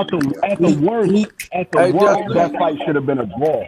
Yeah, he showed you why these dudes don't want to fight him. Yeah. I've never rooted against Gary. He should have beat Loma, man. He should have had that win with Loma, man. They'd have counted that fucking knockdown. You think Loma ain't never won no rematch with that man? Yeah, Loma didn't win that fight. Man, bullshit there. This man supposed to have been a knockout artist, and you couldn't knock this man out that only had one arm. He only had one arm for what? For 8 rounds. He only had one arm, and you couldn't knock him out. Facts. That's a telltale sign. And he was the way he was slipping and not to mention you couldn't knock him out, but he had you hurt with one arm. He had you hurt with one arm. You supposed to be the heavy puncher, Mr. Pacquiao Jr. Right. You know what I'm saying? I don't think he's the shit, huh? The shit didn't make sense. That's why I was like, man, they gonna steal it from me. I knew they were gonna steal it from me. But y'all see what he said though when he talking about giving them a rematch. Oh yeah, you don't want that rematch. Yeah, you don't want that. Hell no. I don't want it. Because he know. He know. Man, if they do make the fight with Gary Russell and Chris Colbert, Gary Russell gonna beat the shit out of Chris Colbert. We already seen that. I was already feeling that way, and definitely after I seen his last fight, I'm more than sure he's gonna do it. We saw Chris Colbert get his ass whooped by a person that's way less talented than Gary Russell. And Chris Colbert got his ass whooped. He don't like to fight. That's what it just looked like. And what do Gary do? That's one thing about the Russells. They like to fight. So you can't be in there, and you showed me you get hit with a good shot, you could turn it off and mentally check out. And I couldn't believe it's not even that he lost, it's how he lost. I keep saying it's all right to lose. It's all right, it's cool. But the way you lose wasn't respectable at all. You was getting your ass beat, you got dropped, getting outboxed, and then you get the rest of the fight like you was winning. I ain't never seen, I can't respect that. You talk way too much shit to have that type of If he get in there with Gary Russell, he will get stopped. Gary Russell will stop Chris Colbert. Who we talking about? Chris Colbert. If Chris Colbert and Gary Russell fight, Chris Colbert will get stopped. Yeah, man, what the fuck? I'm saying it right now. If they make that fight, will get stopped. Gary IQ is showing that fight, and that speed, it'd be a speed difference. Oh man, yeah, that'd get nasty, especially after what I seen. Especially after that. You don't want to fight, he is going to bring the fight to you, and you could move and do all that. He fast too, so he could keep up with you. That's shit, man. I just couldn't believe he fought like that. That's my issue, not the loss. It's how you lose. You can't talk like that and then you get hit with a shot and you don't want to fight no more. Right here, man. Right here. No, the 9th round was the best round. Man, you know, fight like a little biatch. The 9th round was your best round. And then You don't sell out to try to win. You knew you had to get a knockout, the fucking win, but you checked in and said, "Damn, man, I'm gonna fight another day." That nigga Yeah. bitch. I'm just cool without getting knocked out. Like you accepted defeat. That's a you mentally checked out. And your mouth is just your bark way too loud for you to have, for your bite to be that weak. Like, Baby, nah, my- bro. That man wasn't the hardest. I ain't saying he couldn't punch him. Nah, I respect him. He could fight. He damn sure showed us that. Nah. But you just didn't fight back. You ain't really fight back. A guy like Chris Colbert couldn't afford to go out the way he went out. We would have had That's more what I'm respect saying. for him. That's if he what would I'm saying. went to It's sleep. not the loss. It's how he Yeah. lost. He just accepted it. He can't afford to go out the way he went out. Now the guy that talk as much as he talk. Mm-hmm. They don't fit your persona. The persona Exactly. you carry around, they don't fit your persona. Yeah, he been quiet. He been quiet as hell, coach. He been quiet as hell. Yeah. I just hope he come back better and focus. Like let that be a lesson. He can't do nothing but be quiet. Mm-hmm.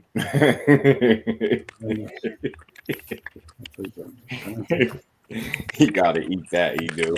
He damn sure do. That man got He beat felt real up. quiet. Facts. That man got beat up for 11 rounds, man.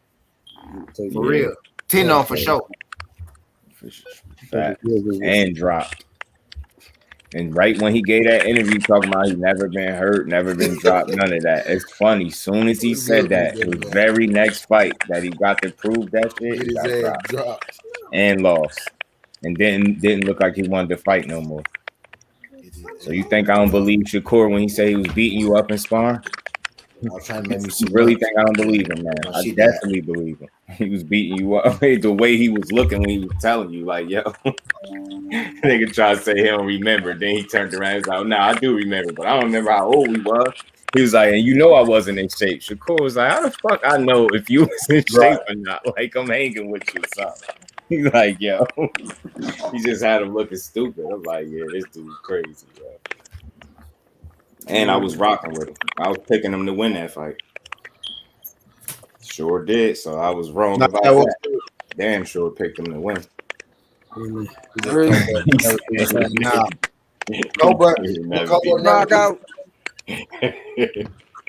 Is it that Colbert never be the same, or was he never what we think? I say this though, I ain't gonna do him like that.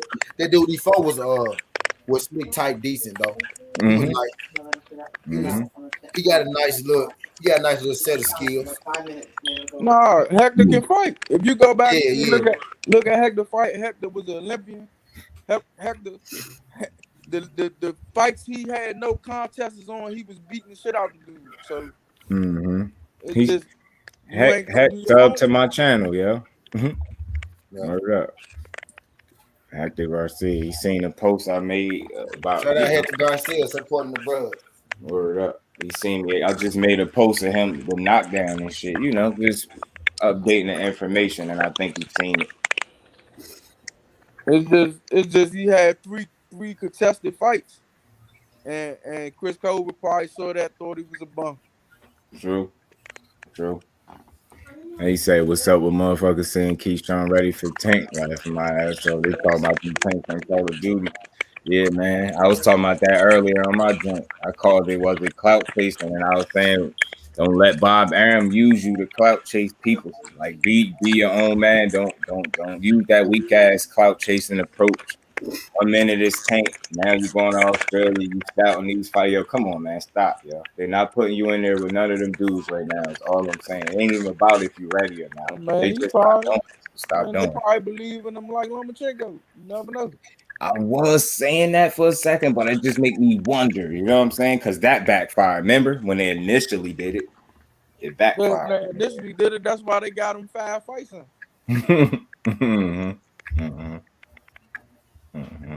I mean, what 3 was not with Top Rank and 2 was. So you know, Yeah.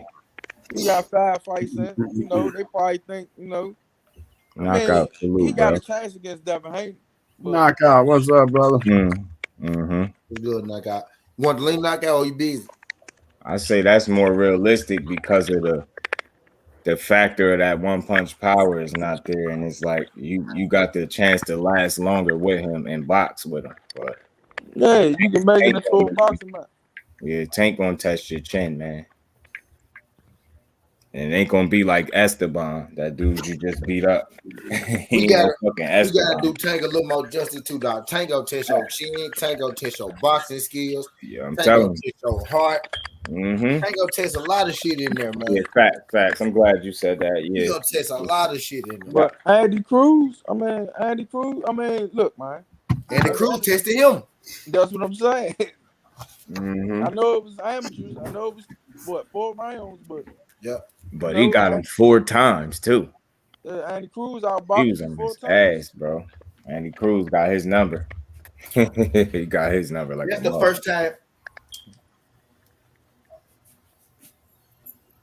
He's a dropper. I got you. Y'all talking about Keyshawn? I thought y'all was talking about Tank. Nah, Keyshawn. Yeah, Okay, I thought y'all was talking about Isaac Cruz. and the dude Andy Nah, Cruz. Andy Cruz. We're talking about Andy. Yeah, Andy getting on Keyshawn ass 4 times. Y'all want to see him fighting the pros? T, knocked Me out. too. Drop the link to him. I dropped did. it. Oh, okay, you got it. Okay, I cool. definitely want to see it too. Y'all won't see him in the pros. That shit gotta happen in the pros. They lifted that ban now, so I think he could go pro and Yeah, all that. Ghost was Can trying to explain. I would go to her. He said it's only like a temp, like a something he was saying like a halfway. I don't know, man. I got that shit crazy. If he can't turn pro, that's weak. like it was like it's something. Mm-hmm. It's something to it that he was saying. Like it Yo, ain't where is all this? Where is news Bro. from? Like Keyshawn Davis calling out Tank or something. He Yeah. said he'll fight Tank. If he Yeah, get a chance. word up. Is that the coach that was on G5? Coach Joe? I don't know, maybe. I know he be rocking out all the time. Yeah. Cause I'm reading his quotes, and he just saying what they all say, like it'll be a big fight in the future, and they from the same area, make a good fight. But he ain't out here calling for Tank Davis like that, bro. Nah, you know people want to hype it, man.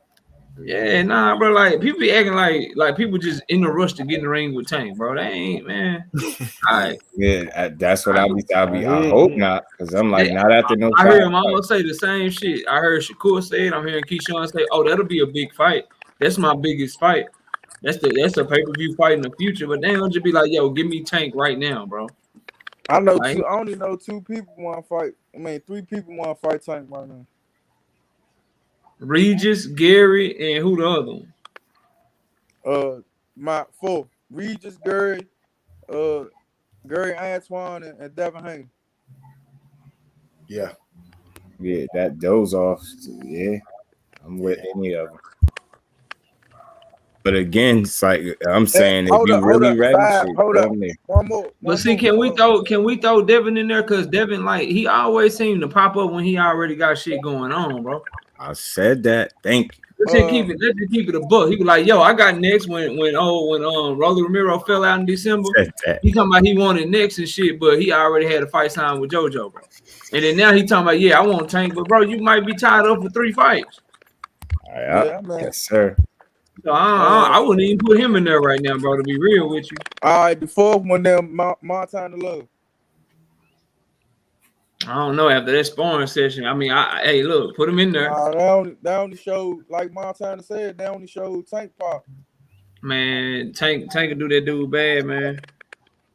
They doing bad. He lose too many lapses and shit, bro.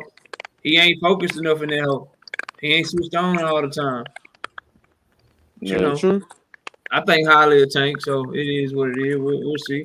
But shit, put him in there with him. That's what I say. Yeah, that was my final thought. I'm reading Keyshawn Davis' post, and I went back and watched it right now, bro. He ain't calling for that fight right now. No, he not. That's dudes that try to create shit, man. You know. They just looking for somebody to beat Tank, bro. I mean, put the guy you support in there with him. Good luck to him. Yes, sir. Acting like that man can't box and shit. Okay. I said I think that the Eastside Cruz turnout got people brave or something. I think they forgetting that dude ain't somebody to just be talking about you want to fight. Yeah. Bro, he was on his way to stopping him in the 6th round if he didn't break his hand, bro. Yeah, I felt like that too. Watch the 5th round and go watch the 6th round over again. Tell me Tank wasn't turned up on his ass. It's like when he start hitting him, he start moving them, and I'm like, there it is, right there. And I noticed shortly after, boom, the hand. I'm like, dang. Because you can't tell me he wasn't on his Well- way to hurting that dude. But at the end of the day, all these dudes need to fight each other. Each That's other, great yeah. athletes. That's Absolutely. great athletes and got great attributes. They need to fight each other. So we can So we can see if you really like that. Like, I want to see if you really get cold on defense, or you just taking advantage of dudes that ain't as athletic as you. Or I want to see if you really got power like that, or you just taking advantage of dudes that can't get out the way of your shit. Like, I want to see what it really is, bro. Yeah, on all sides. Yeah, that's fair. On all sides. I can't. That's why I said hopefully at the Rolly out the way, we start to get to see the rest of these dudes mix it up, or as many of them as possible that don't have shit I don't- lined up already. But I don't want to see Ryan Garcia and Tank Davis. I don't want to see that. Oh no, not that. Nah, I don't either. That's a knockout loss for Ryan. I don't either. I'm talking about somebody actually active that we could feel like is a 50-50 or something But like that. That's who he said he won next. Cause Devin and Cambos is fighting, so he said he won Ryan next. I don't want to see that shit. Ryan couldn't even look super good against motherfucking my man Takeover. Yeah, they saying his next fight is looking like, I seen something today, July 16th, and I was hearing them. He mentioned specifically Ryan Garcia claimed that the fans gonna love his next opponent. So it just got me to thinking is that list would be short of opponents that we would actually love to see you fight. So they try to mention Pitbull Cruz, and then I did hear him throw that name Maxie Hughes out there, but none of us would love that, and I don't think none of us would mind seeing Pitbull Cruz test his chin. I wouldn't mind. Nah, I don't really want to see Ryan fight, dog. Come on, man. At the end of the day, man, Takeover was acting scared, and you couldn't even get a scared fighter out of it. You want to go to sleep if he need if he having problems sleep, get in there with Pitbull might help him out. Take a little, you know what I mean? I wouldn't mind, but I get you though. Somebody active, but that's just something they were saying. I did read that. He said Man, the fans gonna love his Garcia- next opponent. So Ryan Garcia is on the level of Tyson Fury, bro, to where whatever he say, you just believe the opposite, bro. take it with a grain of salt. Yeah. You believe the opposite. You know what I'm saying? Like if Ryan Garcia say, look, bro, I'm fighting a fighter y'all gonna like, then you believe that his next fight gonna be somebody you don't like. If Tyson Fury says he retiring, then you better believe his ass is fighting again, bro. Like that shit. Like whatever they say, you believe the opposite, bro. Straight up. He ain't on the level as Tyson Fury. Tyson Fury gonna get in there and fight the fight. He's not. I'm talking about in terms of a liar, bro, not a fighter. Fury can fight his ass off. Yeah, I'm talking about like when they say something, bro. When you hear them talk, you believe the opposite. That's what I'm saying. So Fury talking about he retiring and shit. He ain't vacate that WBC belt yet, has he? He still got that motherfucker, don't he? His ass fighting again, bro. He fighting again because you gotta believe the opposite of him. Same with Ryan Garcia. Shit. Oh, we gonna like your next opponent? What Just Do just said is probably gonna be fucking Maxie Hughes. Maxie Hughes, yeah. And it's gonna be he gonna pass it to us as big because he going to the UK to do it. Nah, bro, that dude, we don't know him. Maxie Hughes, man. That seems like somebody you damn sure shouldn't be fighting. He can box. And check this out. Maxie Hughes might can beat him. But at the end of the day, we keep telling you, cherry pick going wrong. It's soon to happen. Somebody gonna catch one of them cherries going wrong soon. Well, who made up this shit? The 4 King shit. So yeah, right. Man, that's the whole marketing shit they did. Cause get what, man? At 135, bro, you take Ryan Garcia out that hole, give me Keyshawn Davis, give me Valenzuela, give me Frank Martin, give me fucking Michelle Rivera. Bro, it's way better fighters than fucking Ryan Garcia down there, bro. He just popular. That's about it, yo. That's about it. YouTuber, man. He's a YouTuber. Popular on YouTube. I just want to see the best fight the best in any weight class, man. Yeah, definitely. I'm with you. That's why I said hopefully, man, those dudes at 35 could start mixing it up. At least the ones that's available to do so. They about to start making me teach my son UFC shit, man. Hey man, y'all give Bivol a chance, bro. I mean, at the end of the day, hell no. It's like this. If he come to fight and get a good fight, that's good. But if he get dominated, they gonna say, "Oh man, he was a bum anyway." So You know how it's just Canelo like moves, man. Canelo ain't gonna fight nobody he don't think he can beat, man. Come on. You know this that. shit like a coin flip knockout. Yeah, that shit crazy. He done Yeah, ducked but all the real definitely smoke, his man. He approach not- gonna mean a lot, yo. He definitely gotta come try to fight. Like you try to be passive, that ain't gonna work. So hopefully he come and he able to like at least give us a We good, didn't even good know they show. offering him more money to fight EJ, man. God dang. Facts, Ricardo. All facts, Ricardo Johnson. Tell him again, Ricardo. Shit. Nah, Tell him hell again. yeah. I told you got that melatonin in his gloves. Listen, bro, Earl was about to get in that hole with Canelo, but y'all think he ducking smoke from Bud? Man, all right, whatever, bro. Mm-hmm. He signed that hoe, said, Al, send it over. I'll fight him. Yeah, I'll man. fight his ass. Man, everybody knew Bud. Earl wasn't ducking no Bud, man. Come on, man. Canelo's like, nah, bro, I can't sign on for that shit. No, I'm good. Yeah, hell no. I'm good. But what weight class y'all thought they were gonna fight up? They say we're gonna offer him. Now, this is the shit I don't like, bro. Like they will offer him to fight him at 164. I don't believe in that shit. I believe Earl should just, man, go ahead and go all the way up to 168, bro. I don't believe in that catch weight shit, bro. Yeah, Go at the ahead. end of the day, 168, you gonna fight him at 164 shit. Fight his ass at 168, bro. yeah, you go to you blow up to 180, so you know. Yeah, that's what they say. Or if you fit and in shape and you 165 or whatever, then shit, you just walking around at your natural way. You ain't gotta cut shit. Fight him at 168 so you can fight for them belts, bro. Yeah. He They can can go. both put up there undisputed. When EJ gets that undisputed, they can put them both up. Both put up the undisputed for that fight. But he ain't gonna. He already signed. He already signed to the zone. He got 3 fights on the zone, man. He only got 2, bro. Eddie Hearn them trying to get him to take a third fight. Yeah, I mean, it don't matter. Canelo can do what he wants to do. That's why You people know, be they've been lying this whole time talking about he got more money for the zone. That's false, bro. He's currently on a 2-fight, $90 million deal. Ain't no third fight on the deal 85. yet. Oh, 85, yeah. He on a 2-fight deal, bro. He ain't got no third fight yet. He ain't took that shit because they trying to give him So John he's Ryder. EJ They trying to give him and made John over Ryder.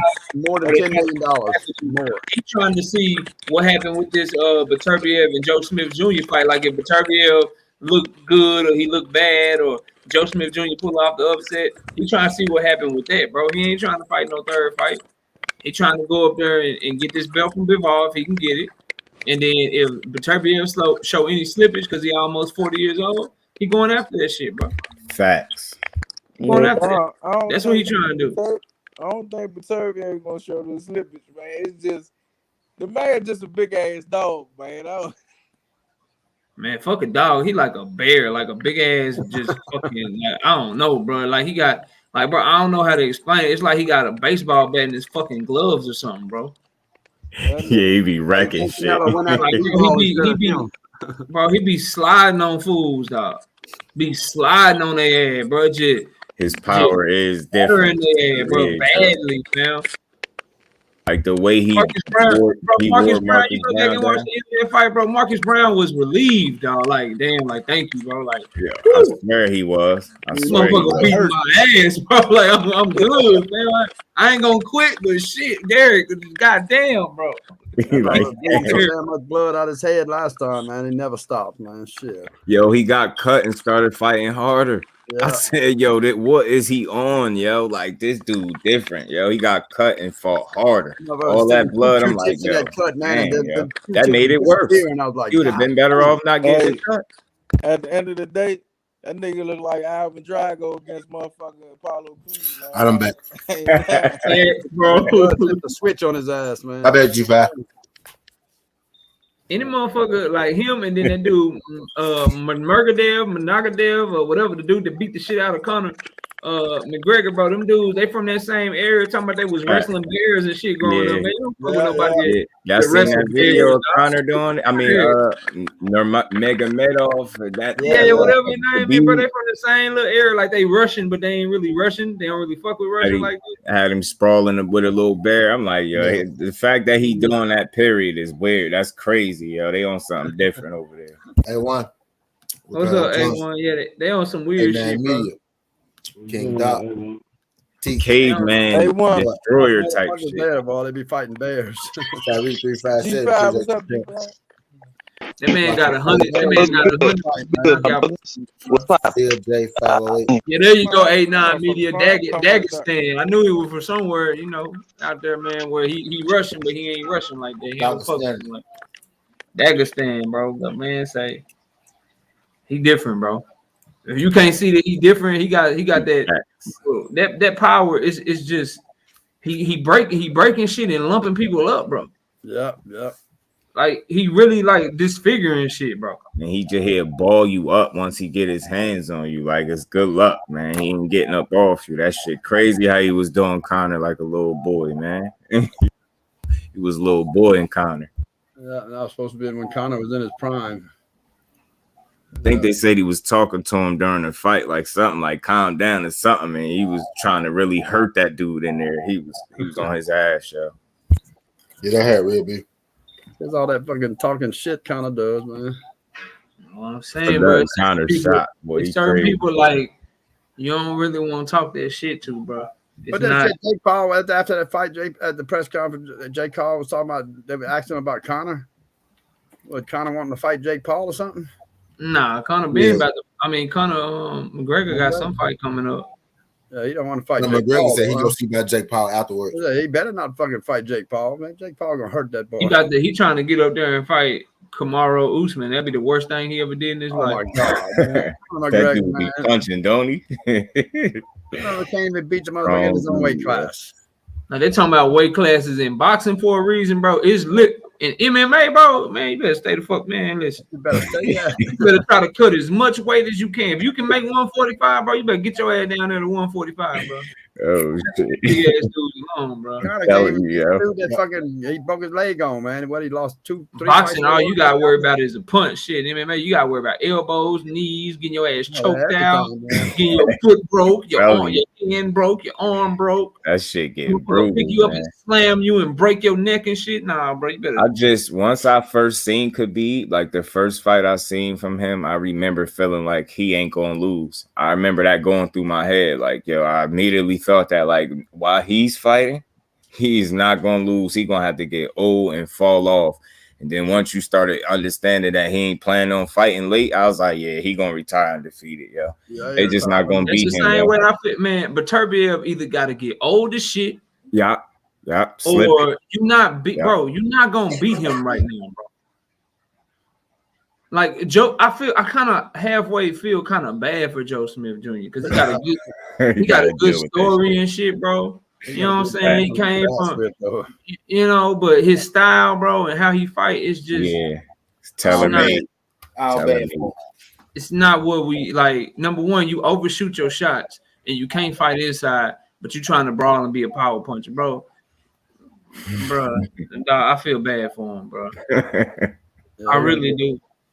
I really hope. I hope Turbiev do the shit early, type shit. Like I don't want to just watch a man get beat up and be too tough for his own good, bro. Yeah, facts. I like Joe Smith. The safest bet in boxing, like Turbiev by knockout. It's like the safest bet you can make, bro. Mm-hmm. Like literally, if you got if it's like minus 1,000, like you literally are safe to win $100. Like you ain't got to worry about the shit. It's like an investment that you know gonna come back. Like it's no risk. No risk in this bet at all, bro. You gotta put 1,000 to win 100. I don't even know what it is. I'm just saying, whatever it is, bro. If you got it, you gonna get 100 back. It's like you just letting somebody hold it, and then they gonna give you an extra 100. Yeah, like you ain't gotta worry about shit. That sucks, though, right there, man. That sucks. I put up 1,000 to win 100, man. What the fuck is that? Stupid. Ain't no damn money. Now he said He's saying it's that sure of a bet. Like, Yeah, it's It's such a short bet, bro. Yeah, like it's, Yeah, if I was racing, I had 100,000 there. They put up 100,000, you make some right. money. That's a little different, ain't it? Yeah, it'd be way different then. Yeah. Man. Yeah, better be man. He don't come to fuck around. And then That's my how other y'all one, feel. my other little fighters I support, my boy Jesse Ben Rodriguez stepping right back in that Oh shit. yeah. I saw Oh that. yeah. Yeah. Oh yeah. I ain't know the dude. I only support dogs, bro. Like I just Man. it's something. I ain't know the dude. I He knew it fighting was Rum something. Side? That What'd you dude, say? what he fighting? Who he fighting at He I fighting know the the dude. dude. He fighting the dude that beat Chocolatito twice. Chocolatito. So He Rum beat him Side twice. or some shit like that. Oh yeah, see, I knew his name looked familiar. Yeah. Okay. Yeah, he the one that knocked out. He the dude that knocked out Chocolatito. Yeah. Facts. know. And I remember that. Yeah. He Damn, had a fight man. not too long ago though, didn't he? He was supposed to fight, but the dude he was supposed to fight pulled out. Remember? No, he pulled out. So he was Rung Vasai was supposed to fight Carlos Quadras. Mm-hmm. But Rung Vasai got sick or he had an injury or Yeah, something. some shit. So he yeah. pulled out, and Jesse Bam Rodriguez stepped in and fought Carlos Quadras. Mm-hmm. Now Rung Vasai is back, and Jesse Bam Rodriguez said, "Shit, you can get it too." Yeah. So this man done moved up 2 weight classes, Facts. and his first 2 fights at that weight class is about to be Carlos Quadras then Rung Vasai. That's savage shit, bro. Yeah, that's wild. He wild. That's And savage. and he liked that. I like him. I knew he was gonna beat dude. I'm like, yeah, he built different. He gonna beat this dude. The weight ain't even gonna bother him, and he did his thing. That dude fucking shit up right now. Fucking I didn't know his brother was a Franco dude. Yeah, Josh Franco, the dude that beat up Maloney. Yeah, Mhm. they come from a fighting family, bro. They different out there, man. Yeah, man. I like Van punching on shit. I'm gonna try to get all You can say what you want about Robert Garcia as a fighter and shit, but he can train, bro. Especially in them lower weight classes. He a damn good trainer. Mhm. Wish you He had was a decent fighter. He was decent. I think he was just a little chinny from the fights where I went back and watched him. stuff in It water. looked like he could fight. He could rock with you, but once you touch him real good, it looked like you could. He ain't had mad losses. But I forgot what his record was. But I went and watched his I fight. ain't gonna lie, man. I was looking at this damn the zone card, this Canelo card, bro. It's a pretty good card, man. Who won? Is it? I don't know who won. Yeah, Montana Love on that. Montana Love on that hoe. Philip Hergovich is fighting that big ass Chinese dude. Nah, he pulled out. Who did? Hergovich pulled out. Man, you lying, bro. Dropped it in my community. Yup, he pulled out. Bruh. God damn it, man. Yeah. And now and again, y'all check out my community. I put my shit to use. And now and again, y'all check it out. I didn't get no Nah, I did see notification, it, yeah. bro. Word, I know did. you know how YouTube be. I know you know how YouTube be. I God definitely seen damn. that. Yeah. Yeah, he That pulled out. motherfucker pulled I think I out. put that one up yesterday. I think yesterday. Well, let me cross this off my prediction list. Motherfucker. Yeah, he pulled out because we really don't know, but his daddy died like a couple months ago, so maybe that's it. But he pulled out for no reason. Well, now the card is just okay. But who else on it? Montana Love. Montana Love, and then that was it. I was excited for them 2 fights. Mark Castro is on that card. Pretty good prospect. He's stepping up to an 8-round fight. He won a bunch of like national tournaments and shit. But it ain't nobody else, bro. I was looking forward to the Hergovich fight. I was looking forward to the Montana fight, then Canelo fight, bro. Now with that fight gone, shit, it ain't really hitting on shit, bro, to be honest. Damn.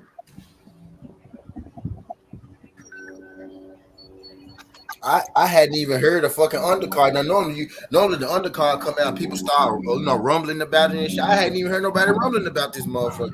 I mean, when you pay fighters like that much money, it's hard to put a good card together. And they had a pretty good one, but now that shit just took a huge hit. It was a heavyweight fight. You know you was gonna get a knockout. They don't be calling the right people. What they should have did was put Brian Norman on the undercard. He would have took whatever you gave him. You know what I mean? What they should have did was, go get a fighter, that's a free agent, like a guy like, well, no, he just fought, so I can't say him. But yeah, they be asking the wrong people, but they could have got some people worthwhile. They could have got some people worthwhile on this one. They could have gave me some Raymond Ford action, Lil Williams Like Zapata or that. something. Yes, you know what I'm saying? Something like that. Yeah, bro. Something good like that. Who on Max Room? I don't know nobody on Max Room. Shit, get some Golden Boy fighters. Shit, he wanted to get back under Canelo so bad. Right. Bring Roach back. He ain't get that hurt beating up cop. G3 was good, pimp. Yo, so you said Herkovich put out? Yep. We don't know what the reason is. Nah, they ain't give an official reason, but you know. If that nigga ain't hurt, he's scared. That's the only way I see it. If he ain't hurt, he's scared. Now you know Herkovich supposed to be the boogeyman.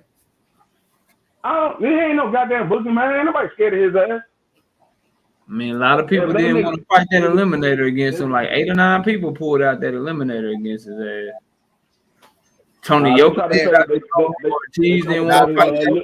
Now Tony Yoka, they try to say Ortiz was scared of him because Ortiz pulled out because he had an injury. So we're gonna keep the same energy, nigga. If you ain't got no energy, if you ain't got no injury, you scared. They saying it's because his daddy died. That's what they saying. I'm reading it right now. Yeah. So he was unable to concentrate on training. That's what they say. Man, that nigga's scared. Yeah, man, you got it. With everybody saying this about you, nobody want to fight you. With me, I already feeling like they snaked you with the IBF because they gave motherfucking Ortiz a double IBF eliminator for whatever reason. You know, so they only gave a nigga they only gave him like a day or two to you know what I need? people. I need Herkovich to lose his fucking IBF slot. So this Chinese guy need to be the new person that's fighting for the IBF, just like they did Ortiz. That's what I need to have. Yeah. That would be fair, but you know, it's boxing. He said he was unable to concentrate on his opponent. On training, it says Herkovich's father reportedly died early in April. His father's death is believed to be the reason Herkovich was unable to concentrate on training and ultimately withdrew from his fight with Zhili.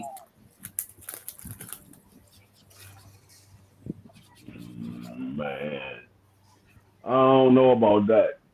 If that's the case, why they wait till the week of? Right, that's what I'm saying. It sounds like they reaching. They say they believe it's the reach. I don't even know why he would be scared against this big ass Chinese dude. The big ass Chinese dude almost lost to Jerry Forrest, bro. That's the point that I'm making. Herkovich ain't what everybody think he is. I seen Herkovich fight. He got a nice little 1-2, some nice power, but that man slow as shit. Yeah, exactly. That's what I'm about to say. I've seen him. That man is not what everybody think he is. He is not. He like Joe Joyce, but not as powerful. Yeah, that man slow. Joy Joyce got a way better jab and shit. That man slow as shit. Now I was going to pick him. I was going to pick him to beat this Asian dude. Yes, sir. Hey, man. I was going to pick him to beat the Asian dude, but I don't see him beating. I don't see him beating Luis King Kong Ortiz. I don't see him beating Usyk. I don't see him beating none of those guys. He's too slow. I don't even see him beating Big Baby Anderson or Big Shot Shaw. The man's too slow.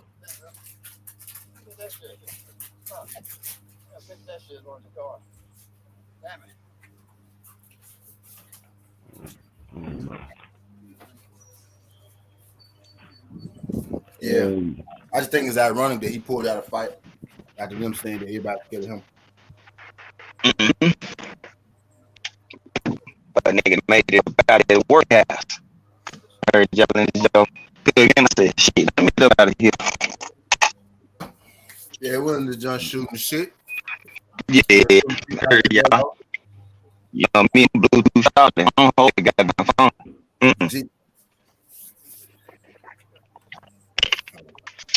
No.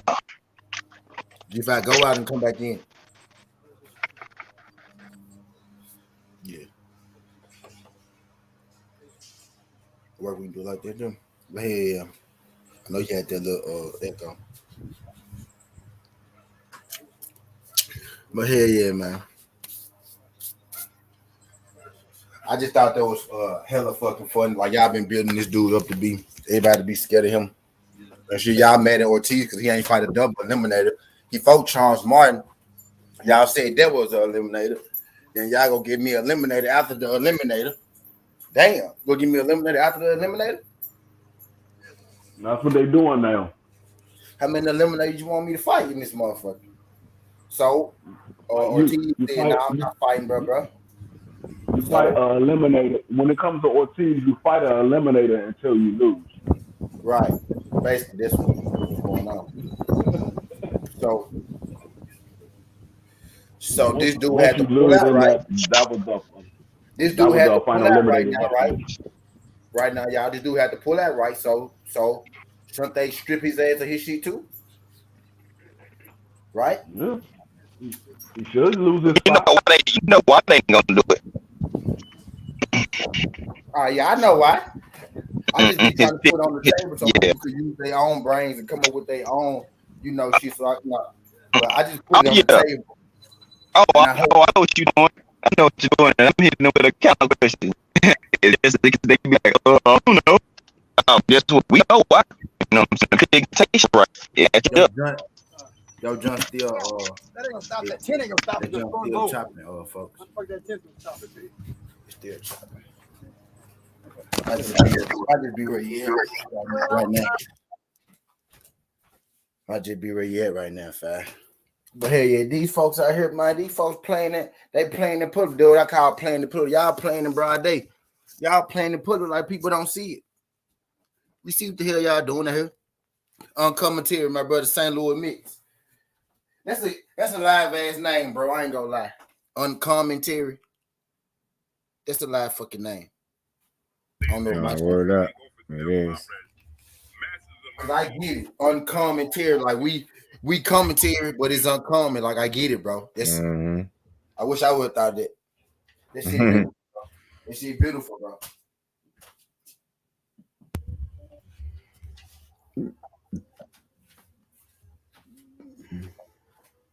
Uncommentary, bro. This stuff.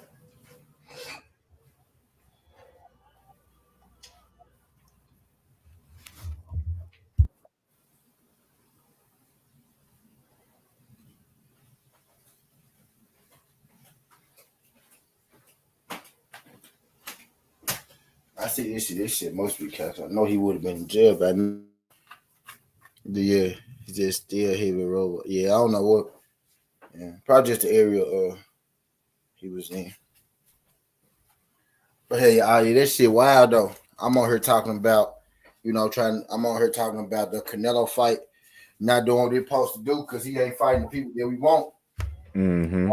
And they kept that. I guess they kept that Errol Spence shit under wraps because they knew Errol Spence had the Crawford talk and the Ugas talk, so they knew if that shit would have came out, it would be like Earl ducking, he trying to fight Canelo. Mm-hmm. But I remember, Canelo saying that I'll fight Errol Spence at 160. I will only go to 160 to fight Errol Spence. I remember he said that. Mm-hmm. So that's something that he said. So that's some shit that he said himself. I mean, they just crazy that this shit coming out now. Yeah. Johnny Cusack, I remember that too. Yeah, I ain't making this shit up. Yeah, Canelo said the only person I come down for was Errol Spence. So, so they said, well, how about this? They said, well, how about this? And you have more money and you had bigger fights over there. And we ended up getting, goddamn Triple G3.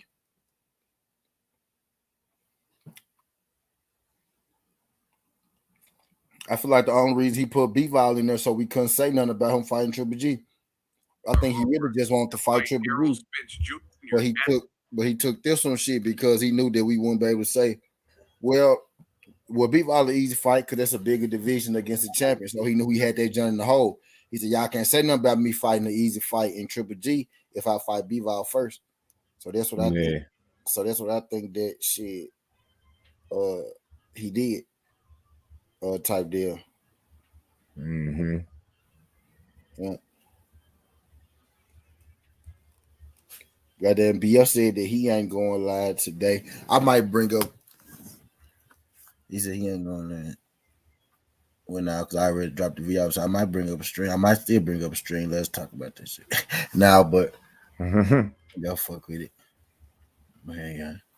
I'm gonna do a little long because I got to rob the bookie. I know I gotta rob the bookie. So I'm gonna be this motherfucker for it. My boy said, I got to rob the book. I'm gonna cook out a little more longer. T said Spencer and Canelo is not a fight you want to be in the package. Now Jamal and Errol Spence fights we won't fuck that package. It is fights you want to be in the package. How much money that is? Count it up. 45 plus 55. You tell me how much that is.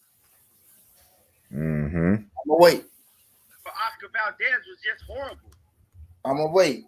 That's $100 million, dog. You take that. It's not a fight you taking. It is a fight you take in concession.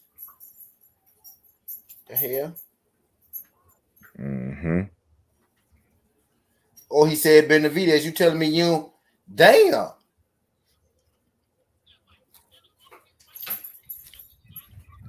So he can't fight Charlo, Earl, or Benavidez back to back. He can't fight, bro. What's the 2 people that he fought back to back? And when was the last time that he did it? That man had all the rest that he need, bro. I don't want to hear that, man. I don't want to hear that, man. That man can fight. Hey, yo, you know, I just had got this email and shit for the YouTube creators saying some meet live redirect, saying the future feature we've been waiting for where you send viewers to other creators' live streams, help each other get discovered and shit like that. I think that's kind of dope.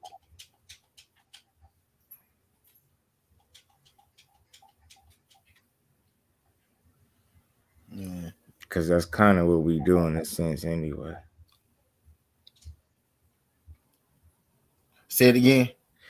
The live redirect, like you know, sending people to other people's lives. Like say if somebody going off and you know somebody coming on after that, now it's supposed to be a feature we got to be able to do that. I think that's kind of dope. Cinnabon Man fans can't say EJ don't bring nothing to the table. That's a fact. They probably got that shit from watching us over here, goddamn it. Real talk. We've been doing. You know what I seen too? I seen somebody use her story, yo. Like that word when I was saying that about Clarissa Shields. I'm like, man, I swear to God, if I'm being honest, I ain't hear or see nobody say that and put it like that. Just I'm telling you, dog, these folks be paying attention. I swear to, and I'm not joking, yo. I don't never take credit for nothing. They're not gonna say nothing because they can't steal your stuff if they say something. Just yeah, facts. Salute, D man. Yeah, I'm like, yo, what? And then they got some shit called Her Story. I'm like, yo, get the fuck out of here, man. I ain't never seen nobody say that shit. But that's after I already had a video out, so I'm glad I had my shit out first. Fuck out of here, man. I don't know where they heard that. I ain't never seen nobody else say that though. Definitely did. If they say what's up, they can't steal your shit, you know. That shit crazy.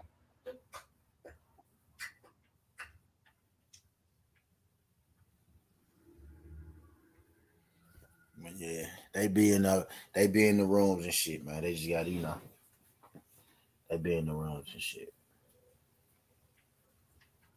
I just can't always speak because they can't properly, you know, steal your work. If they know they're in the room, they can't give you credit. They can't give you credit for it because, you know, that's the right.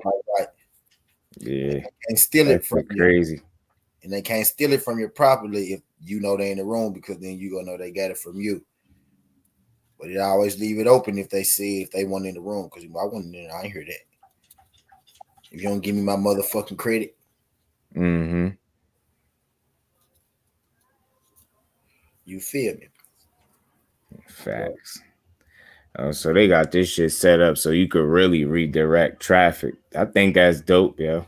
Like they got it set up like that because you know what I've noticed and why I think that's a good feature, because it's one thing to tell somebody to go subscribe to something. You get what I'm saying? Right while they on live, or some people will do it, but some people probably just gonna keep rocking out. It's normal shit, but it's like it's different when you redirect. Cause I be seeing when niggas be ending they shit, motherfuckers still be in the chats talking.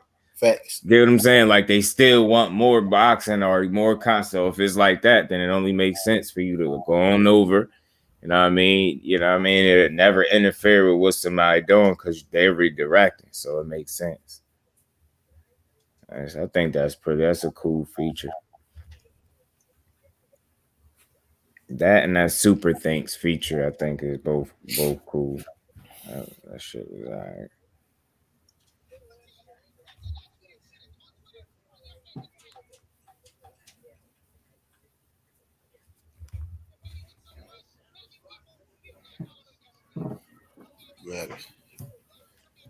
What's good, D man? His Spencer is a big name. He doesn't need a package deal. Man, stop it. Don't be trying to throw me off of what's important. What's important is he ain't take neither deal. Mm-hmm. He ain't say give me Earl Spencer to catch weight. He said now I'm going to the zone. That's the important part. Mm-hmm. That's the most important part. Well, he ain't say, well, I just take Earl Spencer. He said, I'd fight Earl Spencer at 160. And then they said, well, okay, we'll fight him at 164. He said, nah, I'm okay. Nah, I'm good. Yeah. He said, nah, I'm good. I'm okay. That's the important part. Well, he could have just fought Earl Spence. You want me to say it like that? But why he could have just fought Earl Spence and not fought Charlo at all. Or he could have fought Charlo. You know what I mean? Mm-hmm. It's better to sound like you saying, oh, I'm okay with him fighting Charlo, but he need an easy fight after that. So you know that Triple G fight ain't shit, and you okay with that. Yeah. And then let's not just act like people were saying Bivol was a world beater. I think Bivol got a chance. Most people don't.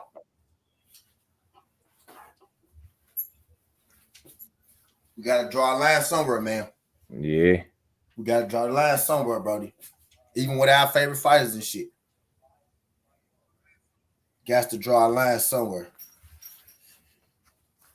Facts. If Boots was anything older than 28, 29, 30, I'd be on Earl Spence's ass about fighting him. Yeah. No cap. Yeah. No cap. No cap. I'd be on Earl ass about fighting dude if he was 28, 29, 30 up in there. Yeah. If Bud were to get past Spence and then Charlo, like he said he would, I wouldn't mind seeing Bud versus Canelo either at a catch weight. Of course, that's a big if. Yeah, Canelo will fucking kill Bud. Ain't nobody talking about Bud ain't fighting no goddamn Canelo. He landed one of them shots on Bud, boy. I always want to throw Bud in imaginary conversations. Mm-hmm. Ain't no better. No, I'm fucking with you. No, yeah, that was Johnny just saying. Like he said, it was a big if. So yeah, you know we with you. Hell no, ain't no way in hell he gonna put Bud. He gonna send Bud to the sunken place for real. Send that man to the fucking shadow realm somewhere.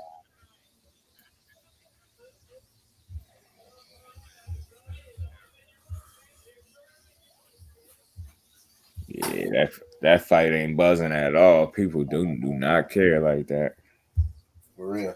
Canelo and Bivol. And the thing that I'm gonna keep stressing is it's not even a bad fight. This fight in particular, not a bad fight. Mm-hmm. Nobody just don't give a fuck. Because of what's been pushed out to us already. Because of what's been pushed out to a nigga already, don't nobody even give a fuck about it. And it's actually a halfway decent fight. Really, it's this is the blowout of us thinking that you go fight somebody else first and then fighting this guy. You know what I think it is? Mm-hmm. For us knowing that you fighting Triple G next, not nobody after this either. We ain't got nothing to look forward to after this. This fight is already lackluster because we didn't ask for it, and then we didn't ask for to look forward to after this. You know what I mean? Yeah.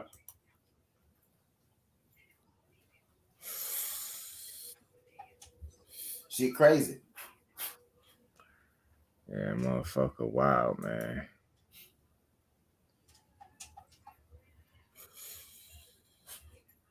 Shit crazy, man. But let me see what time I'm gonna see what time these guys come on with.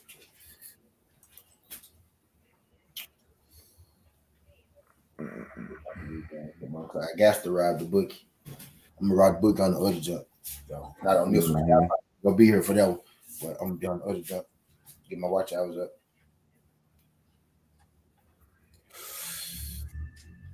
Everyone in the UK has been asking for Beaver and Canelo at UK. Everyone in the UK been asking for it. I just think at the end of the day, he might be able to test Canelo a little bit, but it's like, how long could he sustain? Well, look, we just saw what the UK did for Tyson Fury and Dylan White, right? Well, they ain't said no pay-per-view numbers for that. Oops, that's another sudden TV y'all gonna see.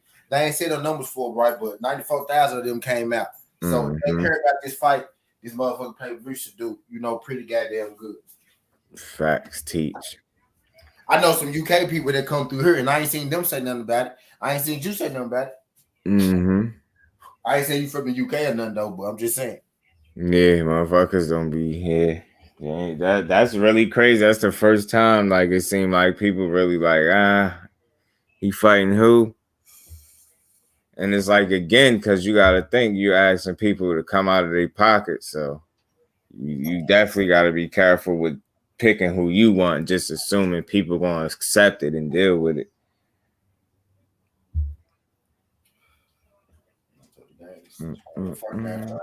Lala D, salute. Because I be on some of the live streams calling it bullshit. Calling it bullshit. What's good, Lala? I appreciate you starting doing this, John, y'all. Justin Nine said EJ is a horrible fighter. Horrible fighter. EJ is a horrible fighter. That's what he's gonna be trying to convince us next. EJ horrible. EJ fought nobody. That's what he's gonna say next, right? And I was saying earlier, man, we don't talk enough about how he's smooth. Didn't fight Jamal. I mean, just Jamal in general. Facts. Shout out my guy. Who sent me some money? Somebody sent me some money. Case of War sent me some money. Appreciate you. Shout out my guy, Kate. Appreciate it. That boy went ham today. That nigga subscribed for him. That nigga became a member for 5 months. Gave me 2 super chats and sent some boy cash out and made some bits. Yeah, for real, right? KB on it. Shout out my boy K. I got the plan. What's good, Lala? Let me put the coin up, but let me get a coin. Her dress too. What's good, Lala? Appreciate you sliding through this, John, Lala. We got the grease tonight, Lala. You got to come through. Matter of fact, I'm going to rob the book and do the game all together. You got to come through tonight, Lala, for the best you be coming through. I got to put you on the other page, though, because I ain't going to do it from this page. I know you be fucking with us type shit, so I'm going to put you on. I had to come through sniping people real quick. What's good, Justin Nine? Justin Nine said EJ fought nobody. EJ fought nobody. I had to snipe his ass. You sound like his ass back under the rock he came from. All these motherfuckers keep talking about EJ ain't fought nobody. He ain't fought nobody, but he took 3 belts from a bunch of nobody. 3 belts from a bunch of nobody that was ranked in the top 5 in the division. I don't know where these people be coming from out the world. The same nobody that he took belts from that Bud ended up fighting after EJ fought him. But those are nobody. So I guess Bud didn't fight nobody neither. Then you just furthermore say Bud fought nobody because EJ didn't fight nobody. Then that means Bud didn't fight nobody. Facts. Bud fought the same guys. I was always trying to shit on somebody. I mean, just let the motherfucker be. A lot of people ain't fought nobody. The man is a good fighter. Bud is a good fighter. Why you got to shit on the man because you like Bud more? You got to shit on him because you like Bud. A lot of people ain't fought a good fighter if Earl ain't fought a good fighter. You know what I mean? Nah, for real. If you gonna For set real. the ball right there, a lot of people gonna miss. You don't have to shit on a fighter because you like another fighter. You just say, I believe this fighter is going to win. It is what it is. Just like I believe Earl is going to beat EJ. I don't think Bud is I believe EJ is going to beat Bud. I don't think Bud is a bad fighter. I don't think he's a garbage fighter. I just feel that EJ is a better fighter than Bud. That's point blank period. Bud is a good fighter. They 1 and 2 in the division. You can't be bad if you 1 and 2. Easily. However you want to look at it. If you want to say Bud is number 1, fine. Say Bud is number 1. I'm not going to go through that argument, whatever. But if you want to say Bud number 1, EJ number 2, so be it. I say EJ number 1, Bud number 2. They still both top of the division. They both have the belts, all of the belts in the division. It's going to be a great fight, one way or another. Whoever comes out on top. Shit, for all we know, it might come out as a draw. Neither one of them might not come on the top. Might come out as a draw. The folks gonna be pissed off. Yeah, motherfuckers gonna be pissed off if they come out as a draw. But I mean, that's what happens sometimes. You got 2 good fighters in there fighting against each other. Some win some rounds, another one wins some rounds. Fuck around, come out as a draw. We don't know. Lately, the way these judges been judging shit, you don't know what the fuck you gonna see. Right.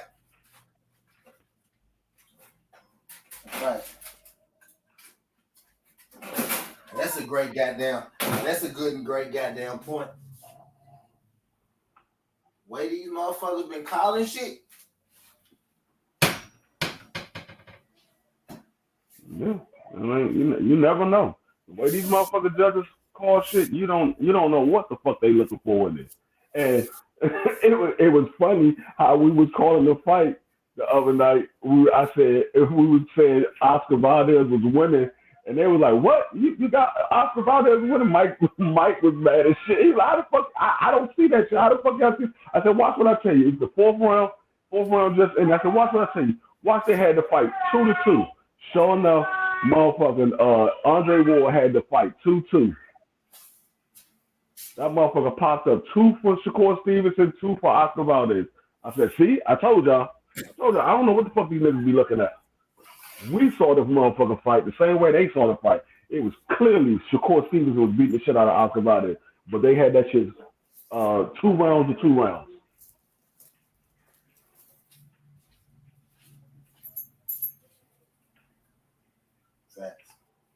They said make it 13 rounds so it won't be a draw.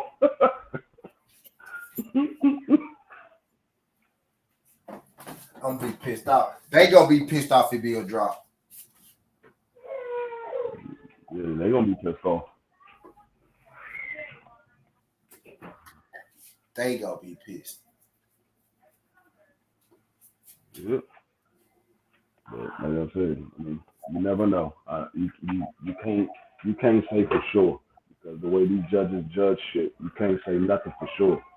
And unless it's just a clear fight like what we saw with Oscar Valdez and Shakur Stevenson. If it's a close fight, you don't know which way these motherfucking judges gonna go because you don't know what they looking for. If it's a close fight, we used to know what they was. We used to know what they were looking for. We don't know no more. If it's a close fight, whoever they fight is gonna win. I don't know.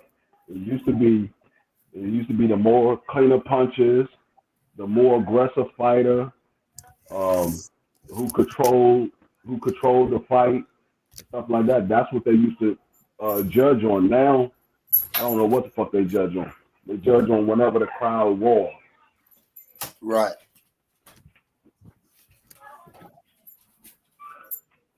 Whenever the crowd roar, right. You could tell who they want to win the fight by the commentary, man.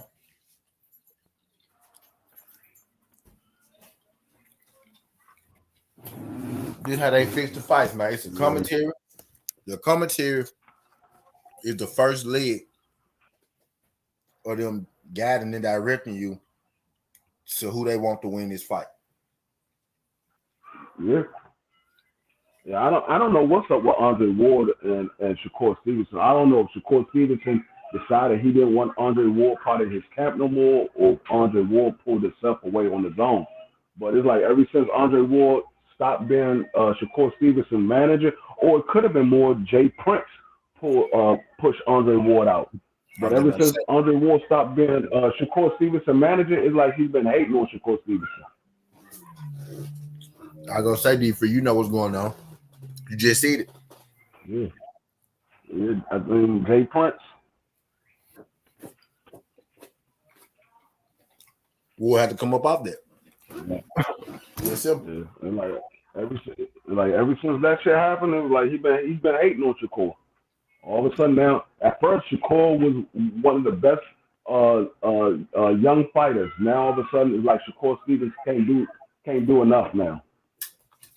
Like Andre Ward sees something different than what we see. He mad. He a little bitter that Shakur chose Jay Prince. Mm-hmm.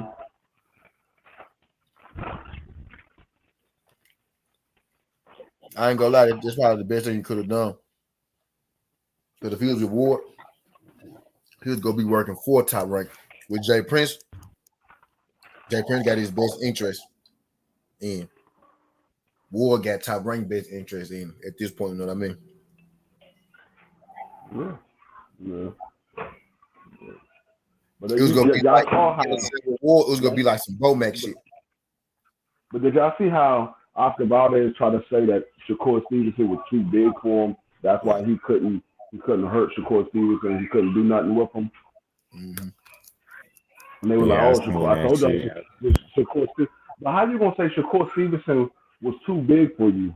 You just got finished beating Castillo, and you just got finished knocking out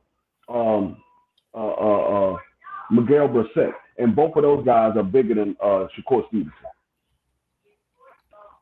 Both of those guys bigger than Shakur Stevenson. Both of those guys are like 5'10". Brissett bigger than Shakur. Yeah, they both bigger than Shakur Stevenson. They're like 5'10". I knew Robson was kind of tall, kind of rangy and shit. I didn't know. Miguel Brissett is bigger than Shakur Stevenson.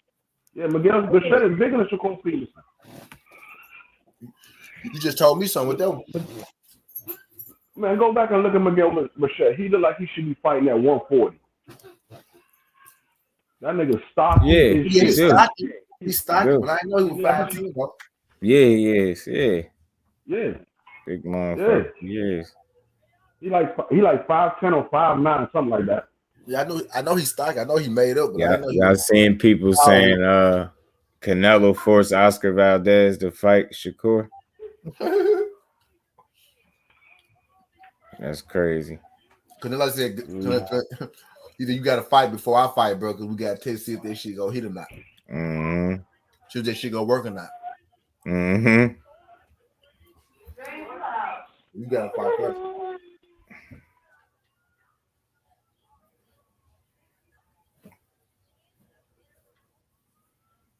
Guess what happened?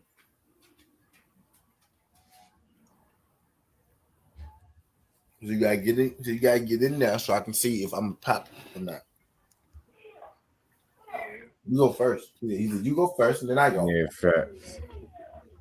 Mm-hmm. Yeah. All them niggas need to get do a gut check. You motherfuckers scared as shit.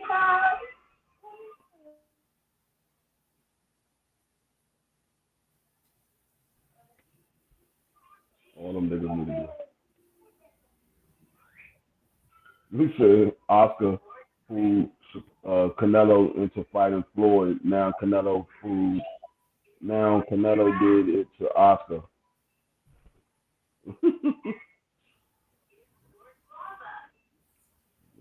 Yo, facts. I That's don't a think. fact. Yeah, Oscar fooled Canelo, and then Canelo got Oscar. Yeah.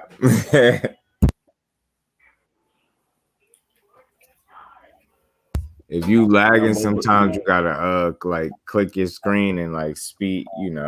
Click the joint up. You might be back some couple minutes or seconds or something like that. Yeah, Oscar De La Hoya first. Yeah. Oscar got in there with Floyd, then Canelo in there, then Canelo Oscar.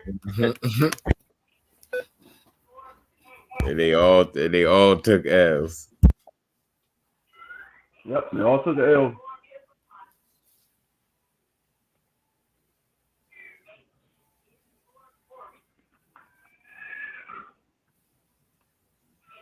I was just mad that people coming down on Shakur so hard about the fact that he didn't go for the knockout or whatever.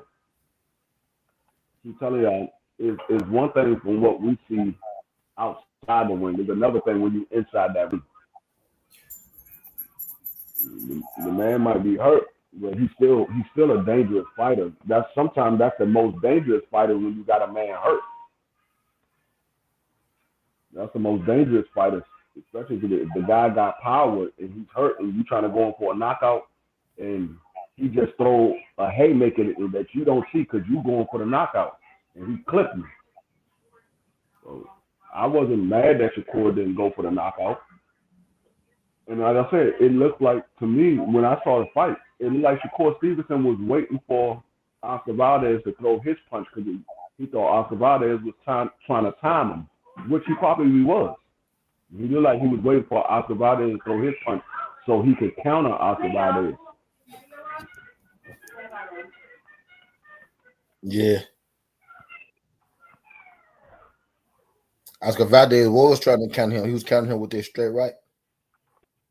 Look, I was gonna say that's why, and like I said, that's why I believe Shakur didn't go in for the kill because he didn't want to get caught.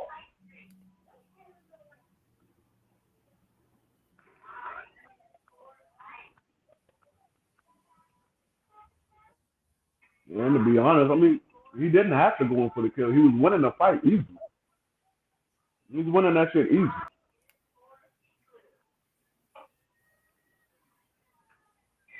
He didn't have to go in for the kill. Just do what he got to do. You make sure and play it safe. You winning the fight easy.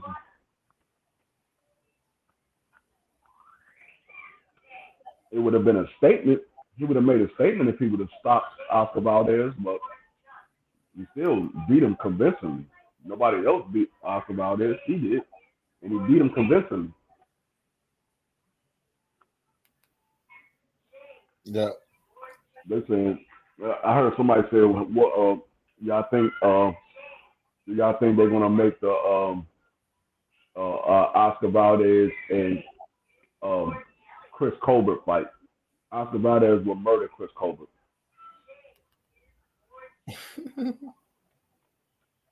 He will murder Chris Colbert. After what I see from Chris Colbert, Oscar Valdez will murder Chris Colbert. Yeah. Chris Colbert is not going to be able to deal with that pressure from Oscar Valdez. Chris Colbert is not going to want to take that fight. I can tell you that right now. Chris Colbert is not going to take that fight. If Oscar Valdez called out Chris Colbert will not take that fight.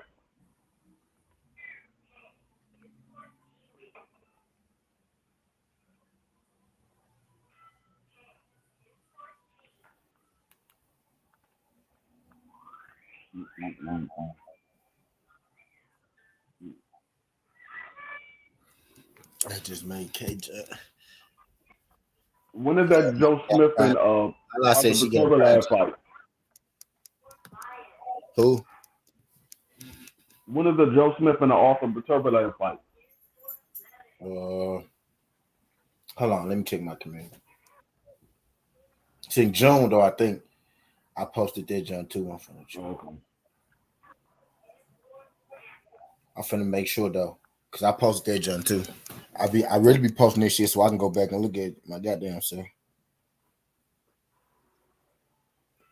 I be reporting shit that I want to know. Yeah. It should be working. I did see you posted it.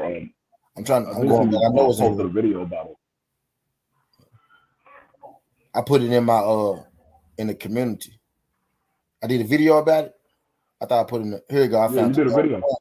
June 18th in New York, Honolulu Theater. Oh, okay. Yeah. June 18th. Is this Oscar? Is this I said Oscar? Is this Canelo fight pay-per-view Yeah. or just on the zone? The Is it zone the zone pay-per-view? Yeah, the zone pay-per-view. I'm not paying for that shit. What? I'll watch it, but I ain't paying for it. More facts. I might go to Buffalo Wild Wings and see it.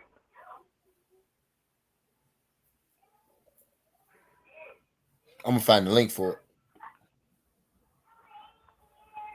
it. I ain't watching this shit, man. I damn sure I ain't watching. Matter of fact, I might support B-Vol in Canelo. I'm not supporting goddamn Triple G and Canelo. I might actually buy B-Vol and Canelo. I ain't buying Triple G. Oh yeah. I mean, I've never bought none of Oscar. None of Shakur's. None of Canelo's fights, except for the one he fought Floyd.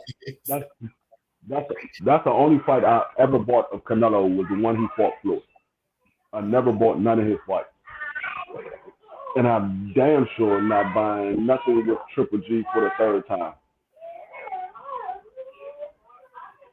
Now I will buy a fight if Canelo fight David Benavidez, or if he fight Jamal Charlo, or if he fight Bubu Andrade, I will buy that fight. But all of these other fights, nah. And it's nothing against the fighters that he's fighting against. It's more so because I know he's ducking these other fighters that want to fight him that's in his weight class. And he's choosing to move to another weight class to avoid fighting these guys. Yeah.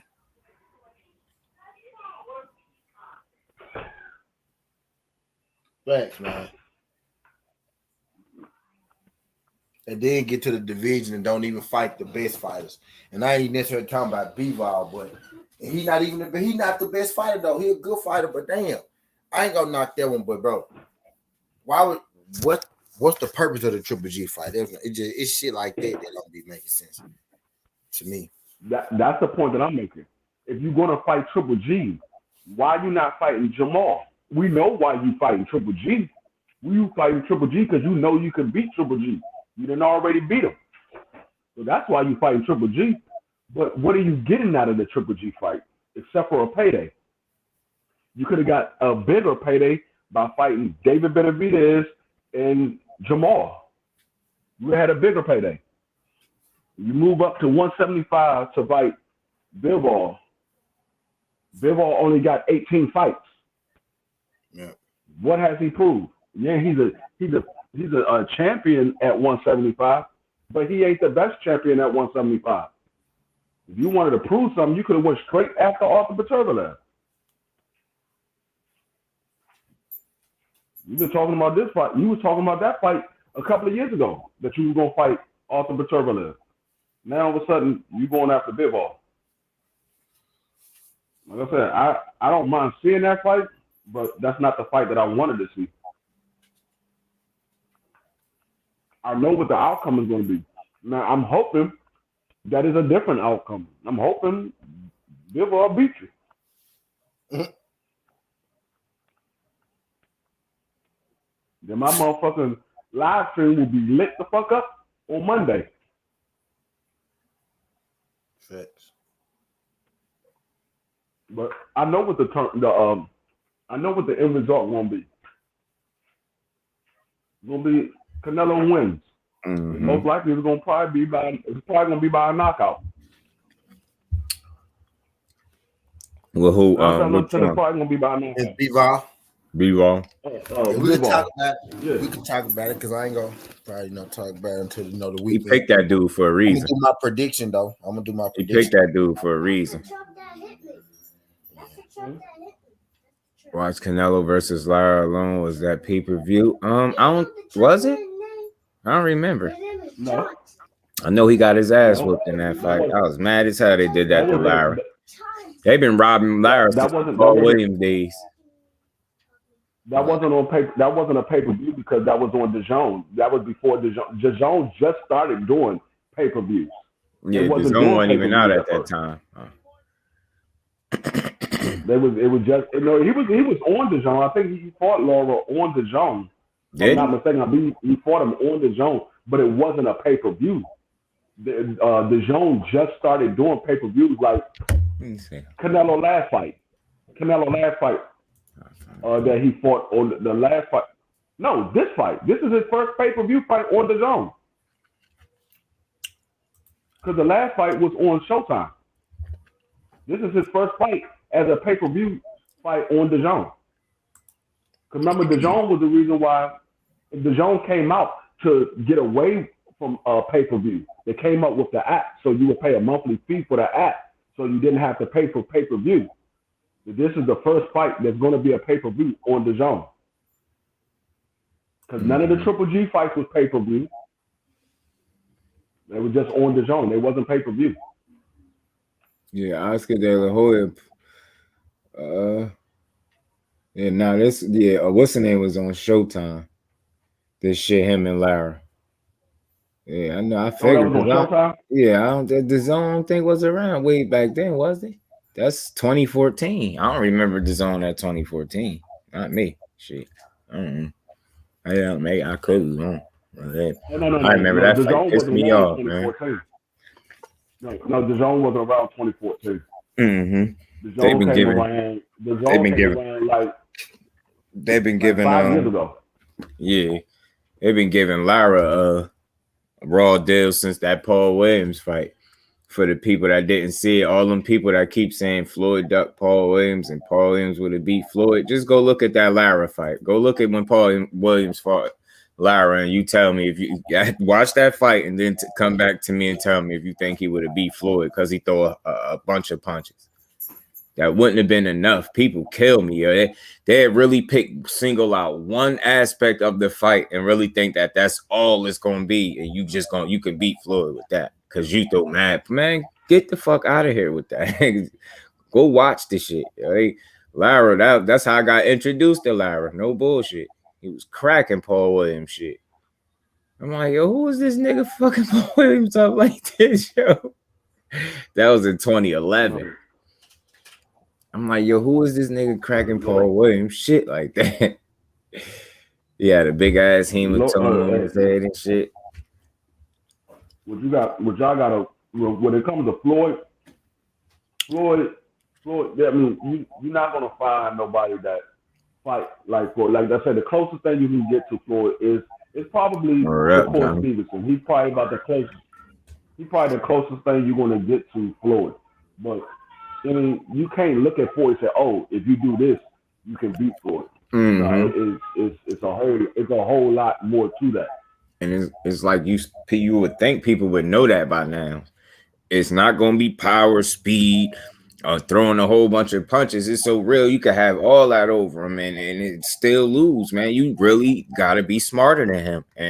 And through them fights, it's just nobody proving to do that. You got to be the only way you can beat Floyd, and I'll say this until the day I die, the only way you can beat Floyd, you have to be able to outthink Floyd.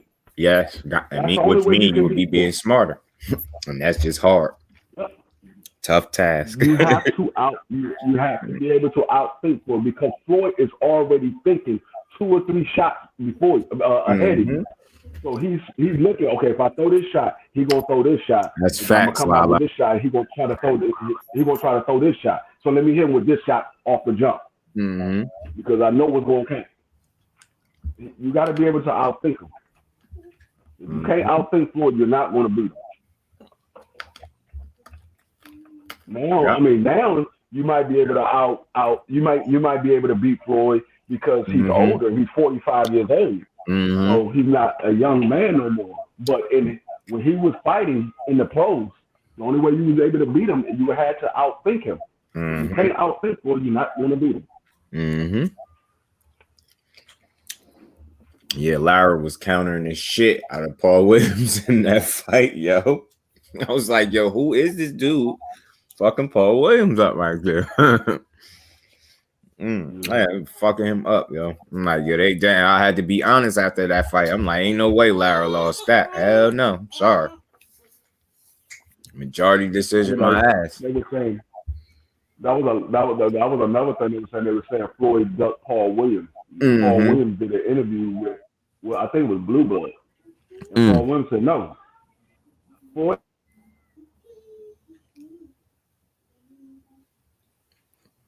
You say Floyd ain't never duck him, right? You cut out, D3. Yeah, you cut it out.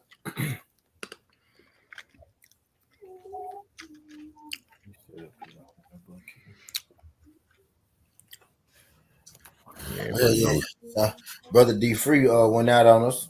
Yeah, but no shit. Lara was a sniper back then, man. Fucking sniper. Them counter shots them shits was ridiculous back in his prime.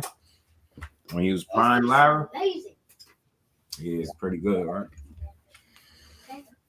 It tastes like Minions. I don't know what kind that is. I didn't see the wrapper, but I know I'm pretty sure it's decent.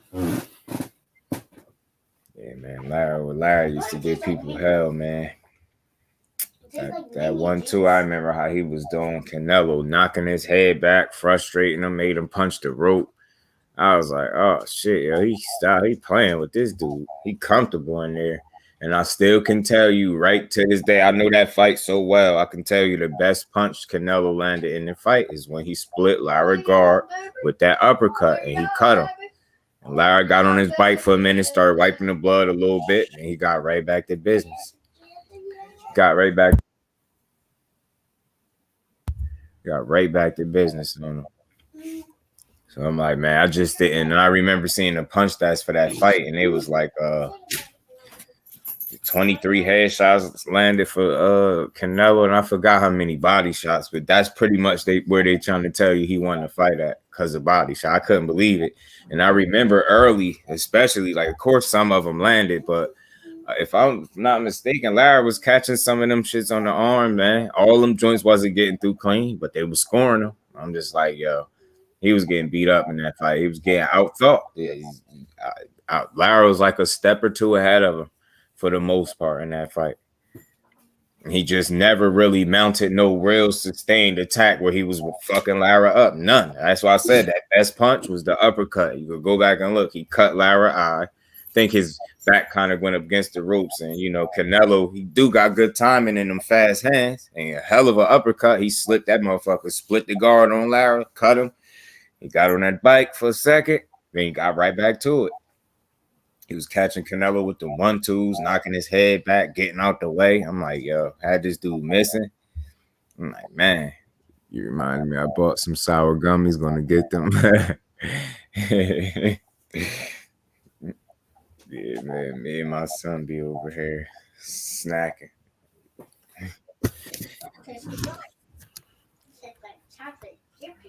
I bad D3. I said they taste like chocolate chip. Oh, no, you good. You good. You saw 300. Oh, Who saw 300?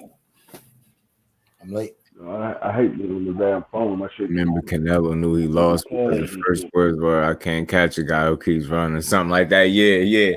And the look on his face, they had to tell him, like, keep your head up, like, don't pick your head up. You're a champion. Like, Canelo was ready to cry.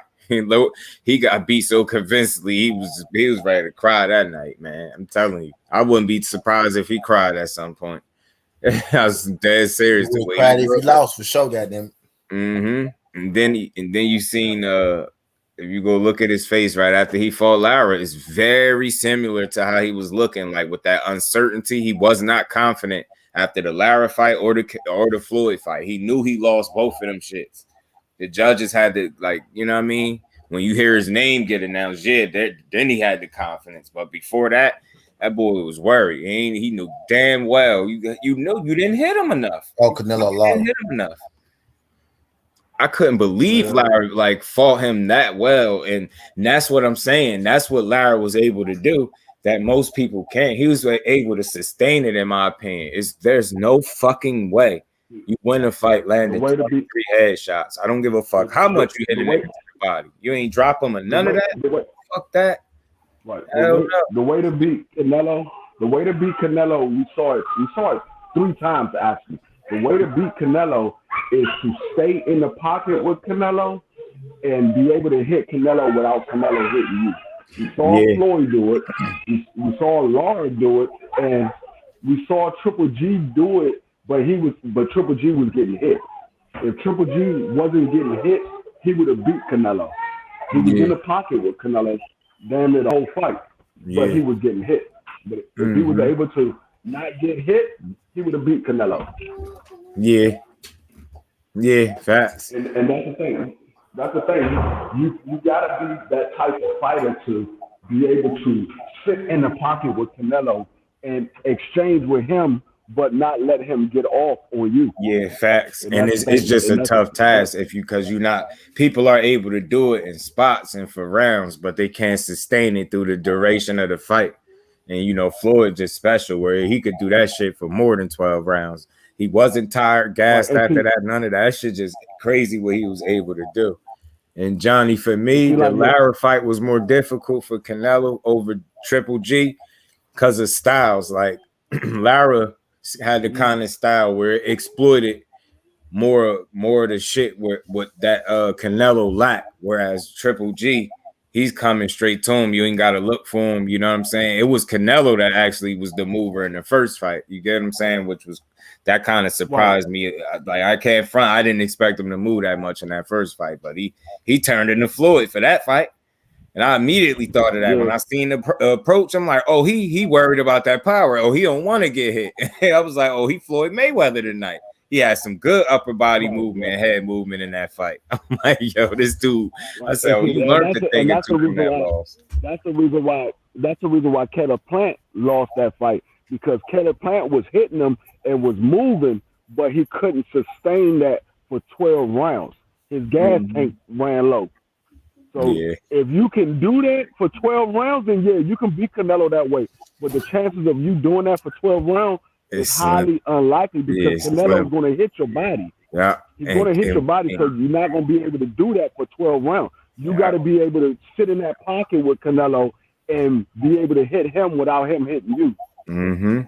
And it's crazy because Caleb made it 11 rounds, man. Damn it. He made it to the 11. It's not going to be. Yeah, if he does hit you, it can't be no damaging blows. It got to be little punches here and there on the guard or whatever, but it can't be no damaging blows. Yeah. Because if he hits you with a damaging blow, then he got a chance to wobble. OTB. And like I said, we saw how to beat Canelo. It's just it's only certain fighters that can fight that way. Jamal Charlo can fight that way. David Benavidez can fight that way, except for David Benavidez. He gets hit a lot. He gets hit a lot. That's going to be who going to knock out who between David Benavidez and Canelo, because David Benavidez is going to get hit, but he's also going to land blows on Canelo because his hands is faster than Canelo. So he's going to land blows on Canelo. It's going to be a matter of who got the better chin when it comes to David Benavidez and Canelo. But with Jamal will be able to stand with Canelo and hit him with body shots and hit him to the head. And that's another. You can't head hunt on Canelo. You cannot head hunt. His upper body movement is too good for you just to go for a straight headshot. You got to go to the body to make him stand still and not be able to guard it. He's going to be worried about the body shot, which will leave his head open. Yeah, facts. I agree.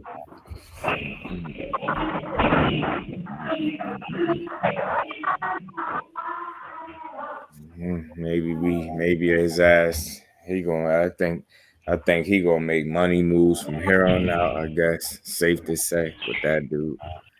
And then again, it's like if the money come with too steep of a price or a risk, he'd turn that down too. So at this point, he ain't in it for legacy. he mostly in it for money more so than legacy, in my opinion. Shit more and more obvious, or at least pairs that way when you fight the people that the masses are not really asking. But nonetheless, yeah, that motherfucker could fight though, man. That's why it's so frustrating to watch. It's like, dude, none of these shit's gonna be no for sure loss.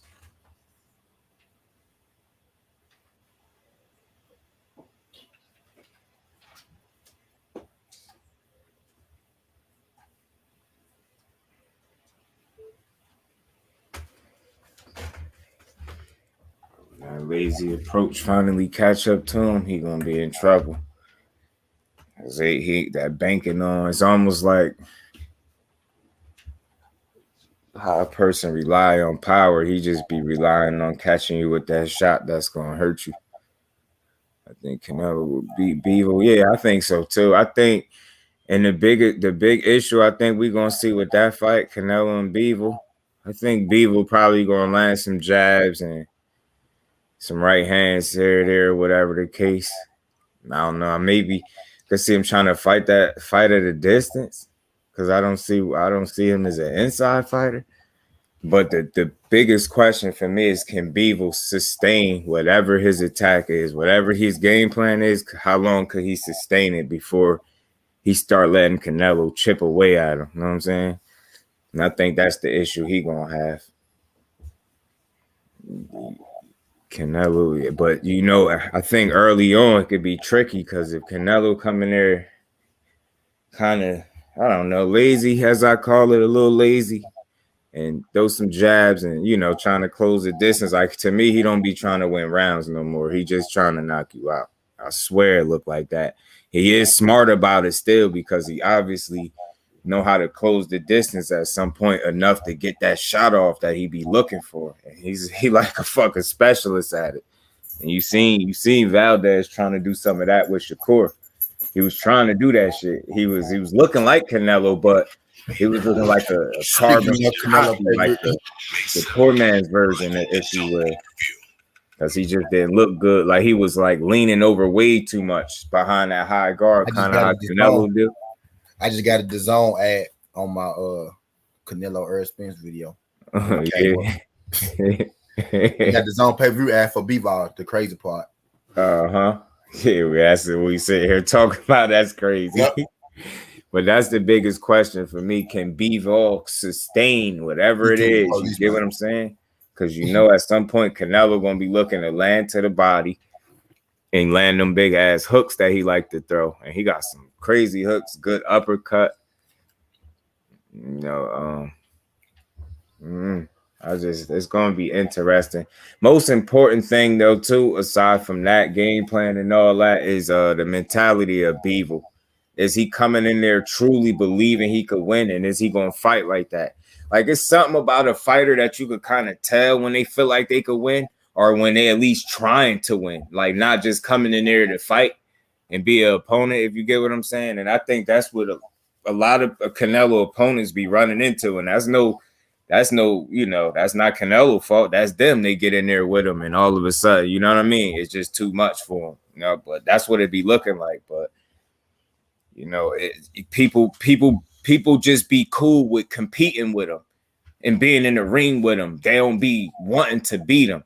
Like, the biggest issue with his opponent selection, other than it just don't seem like he taking the most dangerous fights, the biggest issue is, hold 1 second.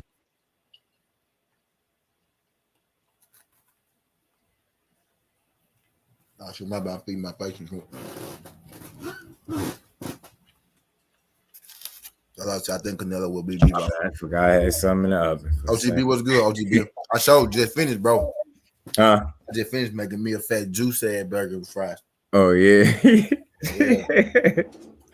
We get hungry, so yeah. But the biggest issue with his opponent selection, the hell was I saying? I was saying somebody's opponent selection. If I read it, it ain't just that he ain't taking the toughest test, but something I was gonna say that shit kind of slipped my mind for a second. I already know I've been doing the same shit, bro. That shit be happening a lot, yeah. And then it come right back to without blowing my peak. I favor Canelo. I favor him. Oh yeah, that's what I was saying. But the problem with his opponent selection is that it's not only it ain't the most dangerous fight, but he ain't fighting people that want to fight him. He fighting who he want to fight, and I think that's a difference. It's mentality. It's different. It's like people are basically randomly, like, you know, think about it. Bivol, I don't know how they went about getting to that decision to fight him. And I don't know how long he was aware of it being a possibility for him, but it's like, all right, somebody, you get the call, hey, yo, Canelo want to fight you. You get what I'm saying? And it's like, oh, all right, well, I'll fight him. It's not like, but I want to fight him. And it's people like Andre want to fight him. So it's like, I really, truly, it's going to be hard. You're going to have to show me that Andre, being the way he been showing he want to fight him, when he get in the ring, he just going to be a fan and just be happy to be in there with him and competing as long as he don't get knocked out. That's what I was saying. He's not fighting who want to fight him. He fighting who he want to fight. It's a difference. And I think that's it. It plays a big factor into, I think, the way the opponents approach the fight is more so like a any, meeny, miny, mo, ho, I got you. Yo, you want to fight? And it's like, all right, yeah, I'll fight him. But it's not so much like Bivol probably wasn't even thinking about Canelo. You get what I'm saying?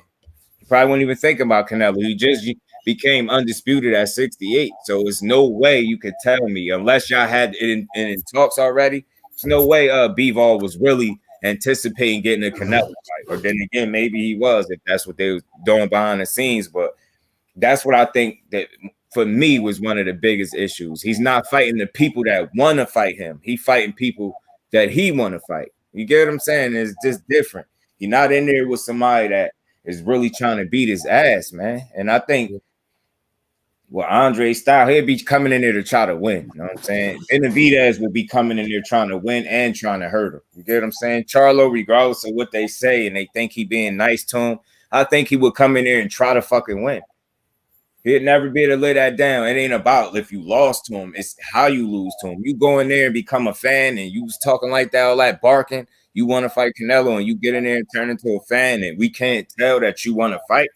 Man, I can't rock with you no more after that. So I think that's the biggest issue for me in his opponent selection. It's not even that he ain't taking the most dangerous fights or fighting the most dangerous champions. He's just not fighting the people that want to fight him. And it's time for him to fight somebody that want to fight him back. So maybe we get a different outcome. Maybe we just get a better fight altogether. It's not saying that he's going to lose, but it's like at least he'll fight somebody that want to fight him. And I think that's a real big difference, man. I think being picked and being like, oh, shit, all right, let me go train for him.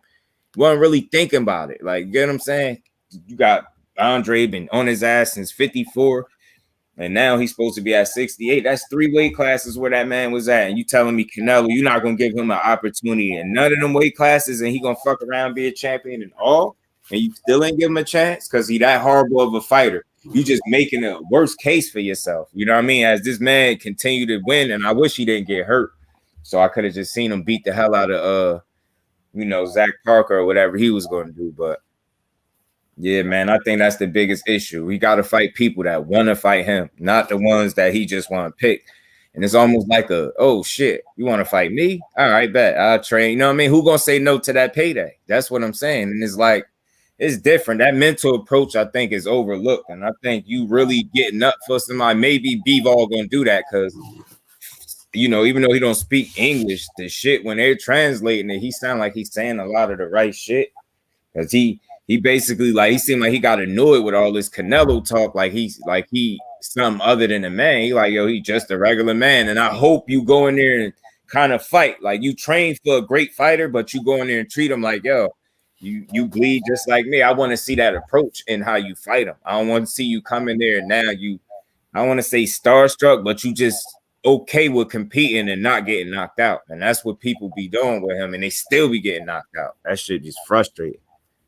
Canelo turned down EJ because Earl gonna be going, and they're trying to beat him up. Yeah, I'm telling you, I'm starting to look at that dude, and I see that in that fucking leg sleeve, and I start thinking that he turned pro at 15 and them 60 fights.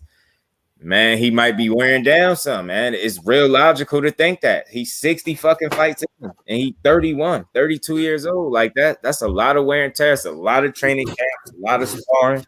You know what I mean? It's just what it is. And I'm wondering, is that why? I don't think he's scared of no fighter. I don't care who it is. He fought Triple G. He ain't scared of nobody else, yo. That's it. That was enough for me. I know he ain't scared. So it's like, it ain't that. I don't think he want to lose because, like Andre Ward just alluded to on that telecast, he don't care who you are. Once you lose, that bag ain't the same. So he don't care who you are. So I think Canelo is in it more so for business than legacy. It's business / money, you know, and mixed in with some legacy. Like if, you know, I can't completely fault him for everybody he fought, but you know, that shit just weird. That shit weird like that. What the hell is this? Webcam. Weird shit. You just talking about some weird shit, some more weird shit. Yeah, but yeah, man. So man, it's crazy that we give Andre an opportunity, and that man, it being his third fucking weight class with him, yo. That shit it look crazy. I don't know who you trying to convince that he horrible, but he been beating asses every time I see it. And then y'all did all that fucking talking, and I get it. I understand the opponent, so I get it. That wasn't no world beater. But you complain about him not getting knockouts, and he went there and fucked that man up because y'all kept talking about him not knocking people out. So he got the ability to hurt you or be a little mean in there if he wants. So he won't be no fucking walk in the park for Canelo, and he know that. Damn, I wish people would call him out on it instead of being fans. Call for that fight. It's a reason. I'm gonna go and make a story run while you cooking, Brody. Word, no doubt. People just came here promoting there. I'll tell you, for real, quick as hell. How they where that shit came from? My man, what? Oh, sorry, say he got him. All right, nobody adult content getting promoted but mine. Yeah, word. That's why he entertained the idea. EJ got the same. He sells and he perceived as a great fighter. Yeah. Now, they be all in my comments and shit, like for real. They be deep in there too, like all these bro. Feel it like it be weird. Like, weird. Because they know too freaky. So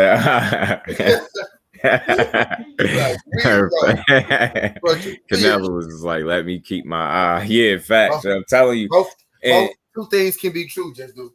Yeah, word.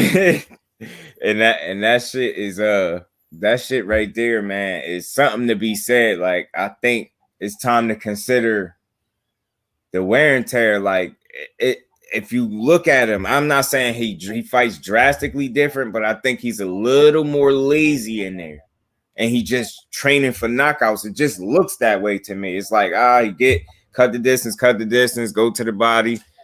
He worked the jab a little bit, and then he throw some hard ass hooks, some uppercuts. It's like he throw a bunch of power shots. I'm not knocking it, but it's a little lazy to me. It's like he don't really be trying to win rounds, in my opinion. It's like he just feel like, I don't care if I lose 2 to 3. Look at his approach to Amir Khan.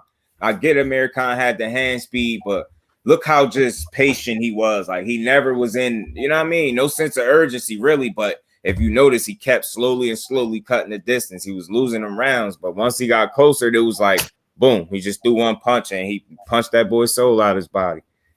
So that's how his approach is, and I think that's what he be banking on. And not only is he on an Eastern European tour fighting a certain specific style, he at the point where he fighting some inexperienced people, yo. Nobody with 19, 20 fights is beating him, yo. Not none of these dudes. Not.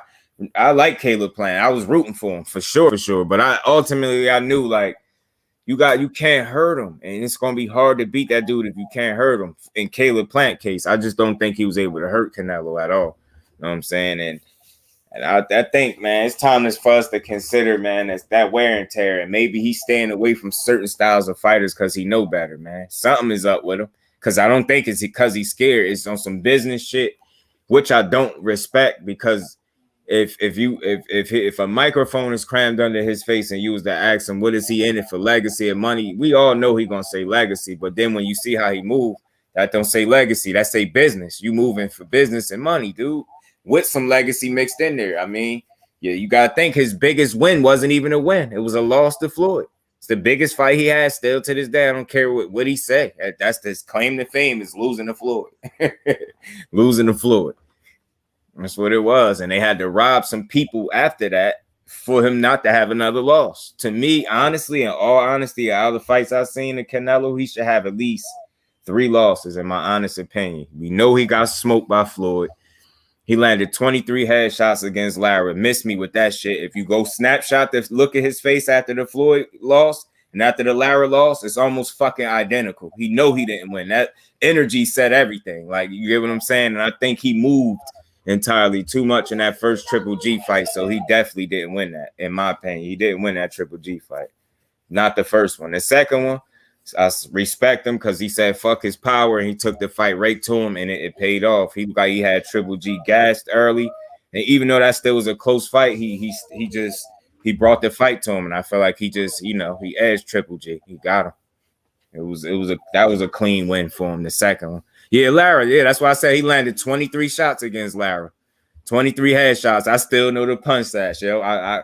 That shit had me. You talk about mad. I knew I was laughing when the 12th round ended. I was laughing because Lara, look how he walked away, like raising his hands, and look how Canelo walked away. I think he tried to raise his hands up, but just look at the look on his face. Look at who was confident and who wasn't confident. You could see it. There's no fucking when you on camera, that camera didn't lie. Canelo face was like, God damn, man. You could tell when it was like a relief. They read them scorecards and they announced his name. He was happy. But other than that, that dude know he lost.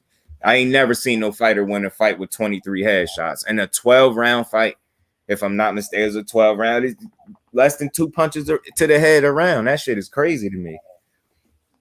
I forgot the actual numbers, but the numbers was a little crazy too. But I had made a post on it way back then. I ain't even had no channel then. That shit had me mad. I'm like, man, he definitely lost. But in my honest opinion, Canelo, a hell of a fighter, but he still struggled with certain styles. And I think Lara was the tipping point for him. I don't think he getting back in there with nobody that could move and do none of that. I don't think he beat. Called Triple G versus Canelo on a draw. I was so sure. Yeah, me too. I was for sure. I'm just like, the difference between all the moving that he did and all the moving, like the moving that Floyd did when he fought him, Floyd didn't run. He was fighting him in the pocket. He used his legs in the ring accordingly, but he didn't do it in a way where you could say he ran from him. And I'm not saying Canelo ran from Triple G in that first fight, but he moved a hell of a lot. And because of he was moving and being so defensive, worried about, I guess, the power of what was coming back, it limited his punch output. It lowered his punch output. So in return, Triple G was the one bringing the fight and making the fight. So it was like easy to kind of score. And he was landing shot. It wasn't like he was just missing everything. Canelo had some great defensive moments in that first fight where he was slipping some shots. But overall, he moved too much for me. And I'm like, damn. You see what it felt like now. When Floyd was moving and you couldn't hit him, you had a problem. Or when Lara was skating circles around you, you had a problem with that. But then you gonna get in there with somebody that could punch like you, and now you become a mover. Now you Floyd Mayweather, because in that fight he showed you he learned from Floyd the upper body movement. Anyway, his legs, he's still in cement. His legs slow as shit, but he, for the most part, he that upper body movement and the head movement is on point. He'd make you miss like a motherfucker. Canelo, he learned that. He picked that up. He improved right there. But I still feel like his feet are kind of slow. And I think if you really able to move and you're in shape like how Lara was, like one of those type fighters, or Andre, I think he'll have some trouble. And that's just why he don't want to fight him. Andre is tricky. And it's not for sure that you gonna knock him out because you ain't seen him real hurt yet. Even the time he got knocked down, that was by Martirosyan when he was younger. He got up and pretty much controlled that whole fight and won convincingly. So I don't think Canelo got the tape yet on Andre that's making him comfortable enough to say, yeah, I'll fight him yet. I'm telling you, let him have a rough fight with somebody where he don't look like he lost a step, or let him get dropped a couple times and still win a fight, something like that, something close, or where he just having a rough night. I guarantee you Canelo want to fight him then. I put that on everything. And remember, y'all gonna hear me. If y'all ain't never said that before, you heard me call it. They gonna wait. It ain't even about aging him out. He waiting for him to whichever one come first, whether he look old in a fight because he getting older or whatever the case, or if he just, maybe inactivity or injuries or something catch up to him and he not look like Demetrius Andre, then Canelo will fight him. I'm sorry, I've seen it. I see how he moved. That's what he'll do. Look when he fought Danny Jacobs. Look when he fought Billy Joe Saunders. He didn't fight the best version of Billy Joe Saunders. So let's be real. I would have thought he would have fought him. That Billy Joe Saunders, like after Lemieux, that fight, that dude, that version of Billy Joe would have gave him an even better fight than this fat version of the dude that fought him, that actually ended up fighting him. The dude that wasn't really in shape like that. Come on, man. Billy Joe Saunders wasn't really in shape. He wasn't the best now. And you can tell, where has he been since then? You know what I'm saying? He probably won't really even see him fight no more like that. That was after he popped dirty. That's why he stepped to Triple G. Yeah, he was mad as hell, St. Louis. He was hot. You guys notice how Canelo would not fight Charlo, despite most thinking Charlo wins. It's because he knows Charlo would not be a fanboy in that ring. The least, I don't think so. See, Lala, man, I appreciate how you think, because I said the same thing. I don't think, and that brings me back to my point of like my biggest issue with the opponents that he's picking. It's like you're not fighting people that want to fight you. So it's a difference between, yo, I want to fight him. I really want to fight him because I think I could beat him. Then, oh shit, hello, you know what I mean? Canelo want to fight. Yeah, I mean, I'll fight him. It's a payday. Who gonna say no? You get what I'm saying? It's a difference between, yeah, I'll fight him, and yeah, I want to fight him. You know what I'm saying? So I think I agree with you. I don't think Charlo will be no fanboy either at all. Yeah, most people, yeah, they think Charlo will lose. I heard, especially after that, what's the dude name, man? Damn, the Montiel dude. All right, yeah, Montiel. After that fight, now I'm hearing people say if they think Charlo step in there with Canelo will stop him late, maybe 9th, 10th round or some shit. I don't think so. See how Earl or Bud will do Canelo. Yeah, I used to think, like, especially at 140, I know I was jumping it, but based on the way I thought Bud was fighting at 140, and when he used his legs a lot more, because that's just what it was. At 140, he used his legs more. That style that he had would have caused Canelo hell. That's why he wasn't going to get that Pacquiao fight. He would have beat the hell out of Pacquiao, in my opinion. Bud would have beat the shit out of Pacquiao, and Bob Arum knew it, so he never was going to give him that fight. But yeah, man, Earl, you see they saying he turned down a potential fight with Earl at 164 at a catch weight for $55 million. I think it's taking a dive. Yeah, I feel you. Charlo can't beat Canelo ever. Yeah. Charlo can't beat Canelo ever. I mean, a lot of people feel like that. Vitor Sloan has to be fully planned. That's a fact. And that is why Floyd would always beat him.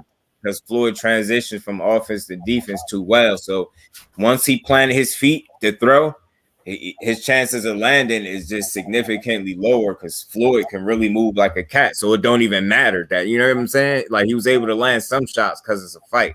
But overall, he was never able to hurt Floyd or hit him with anything that mattered. And he lost every round. That shit looked crazy the way he beat him up. And based on like the way he fight now, he still struggles with the same shit. That's why he's not getting in there. This is not, no coincidence.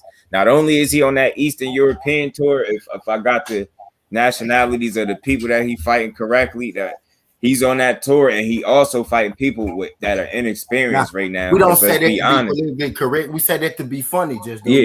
And it's like it's hard to find somebody who got 60 fights. So look how much more experience professionally that he got over these dudes. Bivol got 19 fights? Ain't no way in hell he beat him with 19 fights. Like I know I said that shit before about another situation, but I just don't see it. Them 19 fights gonna come back to haunt him. He just don't have enough. And I seen him hurt before, and I know Canelo's seen it too. It's something that gave him confidence to go fight Bivol. I'm telling you, that dude do not fight. He don't not take fights that him and his team is like almost for sure that they're gonna beat. And you gotta think, look at the play.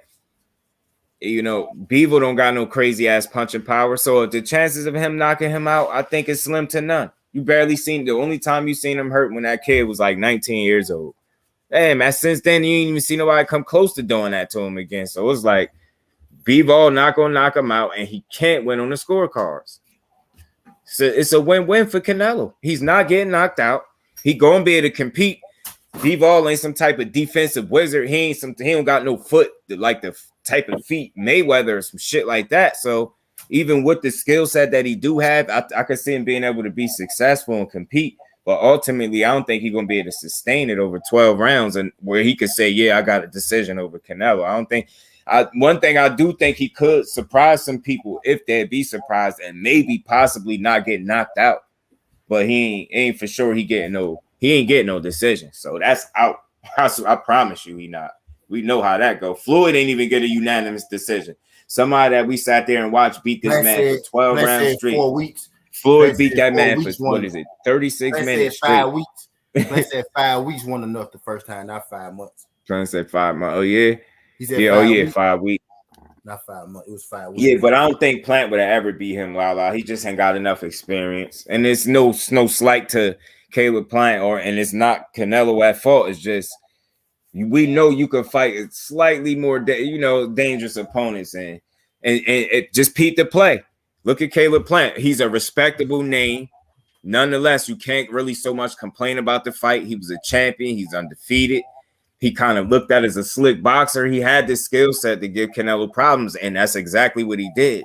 But what did he lack that was most important in that fight? Imagine if the punches that he was landing actually had something on him that made Canelo work. You noticing the pattern, huh? Fucking pattern. He fighting people that are inexperienced fight-wise with limited punching power. He's not trying to really challenge himself. And then when we call that out, these people get mad. Yo, you should want to see him fight the absolute best people possible. I just don't see a scenario where a dude with 19 fights is beating that dude that's 57-1. And them 2 draws he got should both be fucking losses. Or no, you know what? One of them should be a loss. The other one was when he was young as hell. So, but he should have one of them wins should be a loss, should I say. He should be 55-3 or some shit like that. He should be something else with the draw, whatever the 2 draws or whatever it is. I don't know. But his ass, man, he full of shit, man. And he doing what he want to do. And part of it, I get it, is like, if you could do what you want, would you do it too? Like, part of that just being real. If you could just do whatever the fuck you want, would you do it? And who really wouldn't do whatever the fuck they want? And I think where he get away with it is people continue to support it. But like I said, if the lack of buzz that I feel like is surrounding this fight is like a sign of things to come, then he might be forced to abort that European tour that he on and get in there with some people that we feel like at the worst is a 50-50 fight. So he gonna have to do that. And that's what we talking about. Street, right punch, nasty. That lead right, yeah, that pull counter, different. That shit is like beautiful. Floyd was different, man. I appreciated that performance. That's one of my favorite performances from that dude, man. It was so complete, and I remember being nervous in the first few rounds of that fight. Like, Floyd was one of the only dudes you be feeling like that for. You like, dang, is Canelo gonna land one of them shots? Then when you seen the comfortability, I was like, oh, hell, he can't hit this dude. I was like, it's over. About like the 4th round, I was like 3rd, 4th round, I'm like, oh, nah, it's over. He can't do nothing with him. And that shit was funny. He full taxing his ass. He made Canelo stop wanting to throw after a while. But the whole time they telling you Floyd pillow fisted. He can't punch. Canelo in there not wanting to throw punches no more.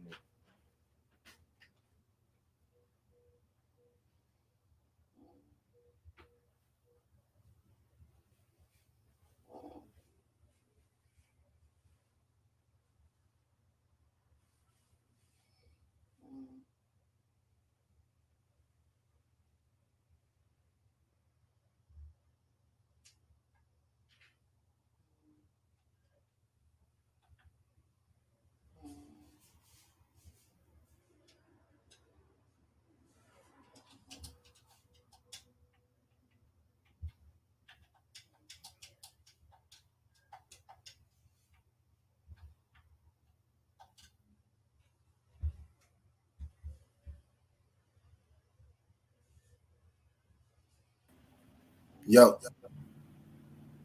my shit been fucking up lately. I know I've been on people's shit, echoing the shit. But hey, what the fuck are we talking about? I was about to say something too. I had something good to say. I forgot what the hell we was talking about. We was in this bitch cooking too. I forgot what we was talking about, man. I had something good. Right when I started talking, my shit jumped off. Right when I started talking. Dissected his ass like a toad. Fact. He picked his What you ass just talking apart. about? What you just Canelo? do? No, I was talking about Canelo ass. I was running a little rant, a mini little rant. I said we on here talking about Canelo not fighting. The best, the absolute best. And I mean that. It's a big difference between, yeah, I'll fight him and, yo, I want to fight him. It's a difference, yo. Niggas is getting picked and you forced with a, you know, I got the payday. You're not turning it down, yo. You're not turning it down. Nigga, ain't nobody scared, so they gonna take it. But like I said, he not necessarily fighting people that want to fight him. You know what I'm saying? They getting in there, but it's like once you in there, you can see it. Yo, you ain't really want to fight this dude. I think Benavidez won't be no fan. And like Lala said earlier, I don't think Charlo will be no fan either. I heard one person say they think he'd get in there and just be, you know, a fan. I was like, nah, I don't think so. Who? I'd be on his ass if he did that. They think who will get in there and just be a fan? Charlo against Canelo. I was like, nah, I don't think so. I think he'd try to fight that dude.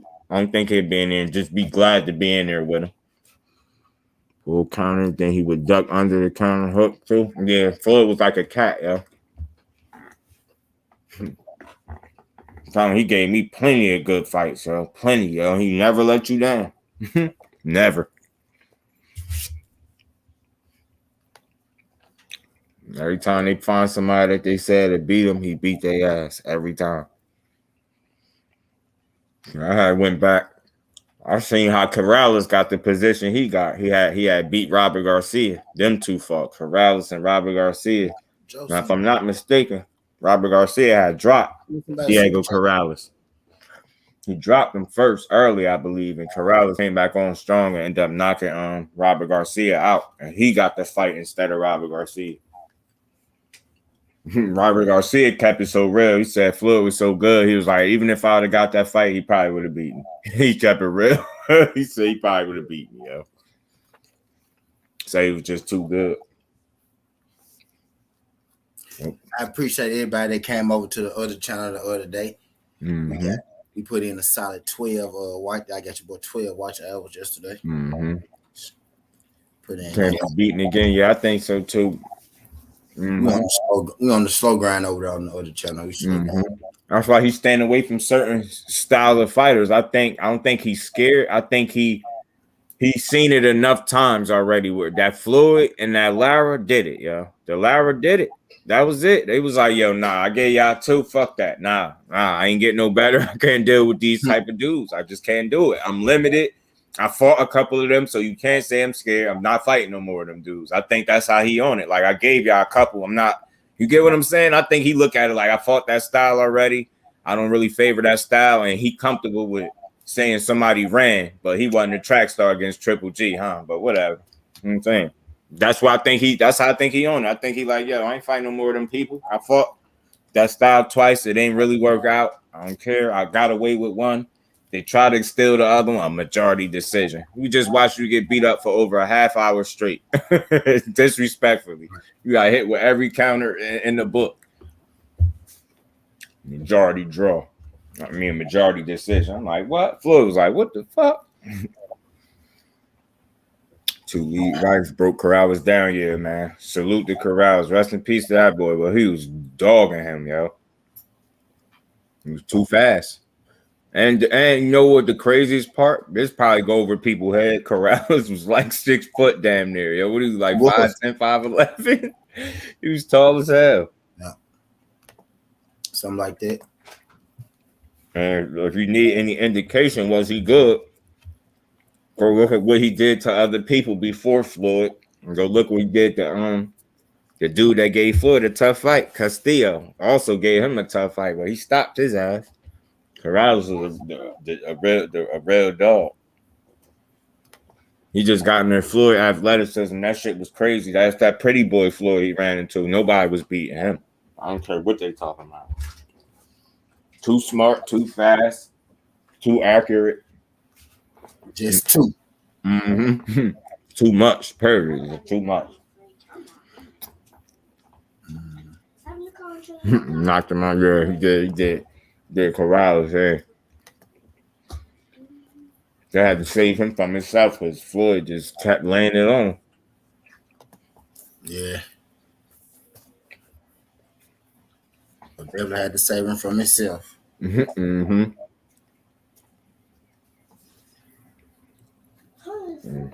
think that's funny how Valdez, man, has switched gears. I think it's funny how he's saying how big Shakur was. That boy is swole. I told people he filled out into his body, his frame, like he ain't no little boy no more, man. He ain't playing with them in there. That shit look different. I think he able to take punches better than what people expect too.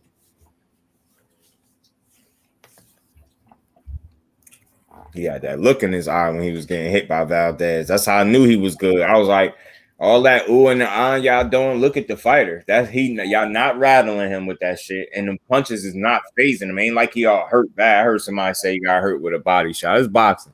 That's cool. But I know Valdez got hurt with some body shots too, goddamn it. He damn sure felt it. Yeah, I saw that Oscar said Shakur is too big, yeah. Oh, did you hey Johnny, you seen that this the newest shit I seen that Oscar said Canelo forced him to fight Shakur. He said he forced him. Said Oscar forced him. I mean, not Oscar, Canelo. I think he said Canelo. Where you see that, Johnny? I heard that too. I heard somebody. I think it was you.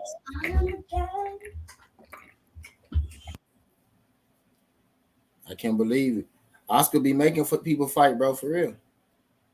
That's why Oscar and Canelo had a problem. Yeah, I think it's Oscar. I thought it was Canelo. One of them two. I think it was Canelo though. Something is funny. Canelo, yeah. I think it was Canelo convincing him to fight. But remember, I could have swore people was joking. We was joking about that.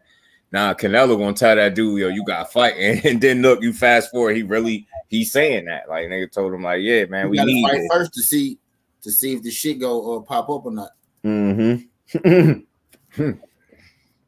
See if he need to push his fight back some more.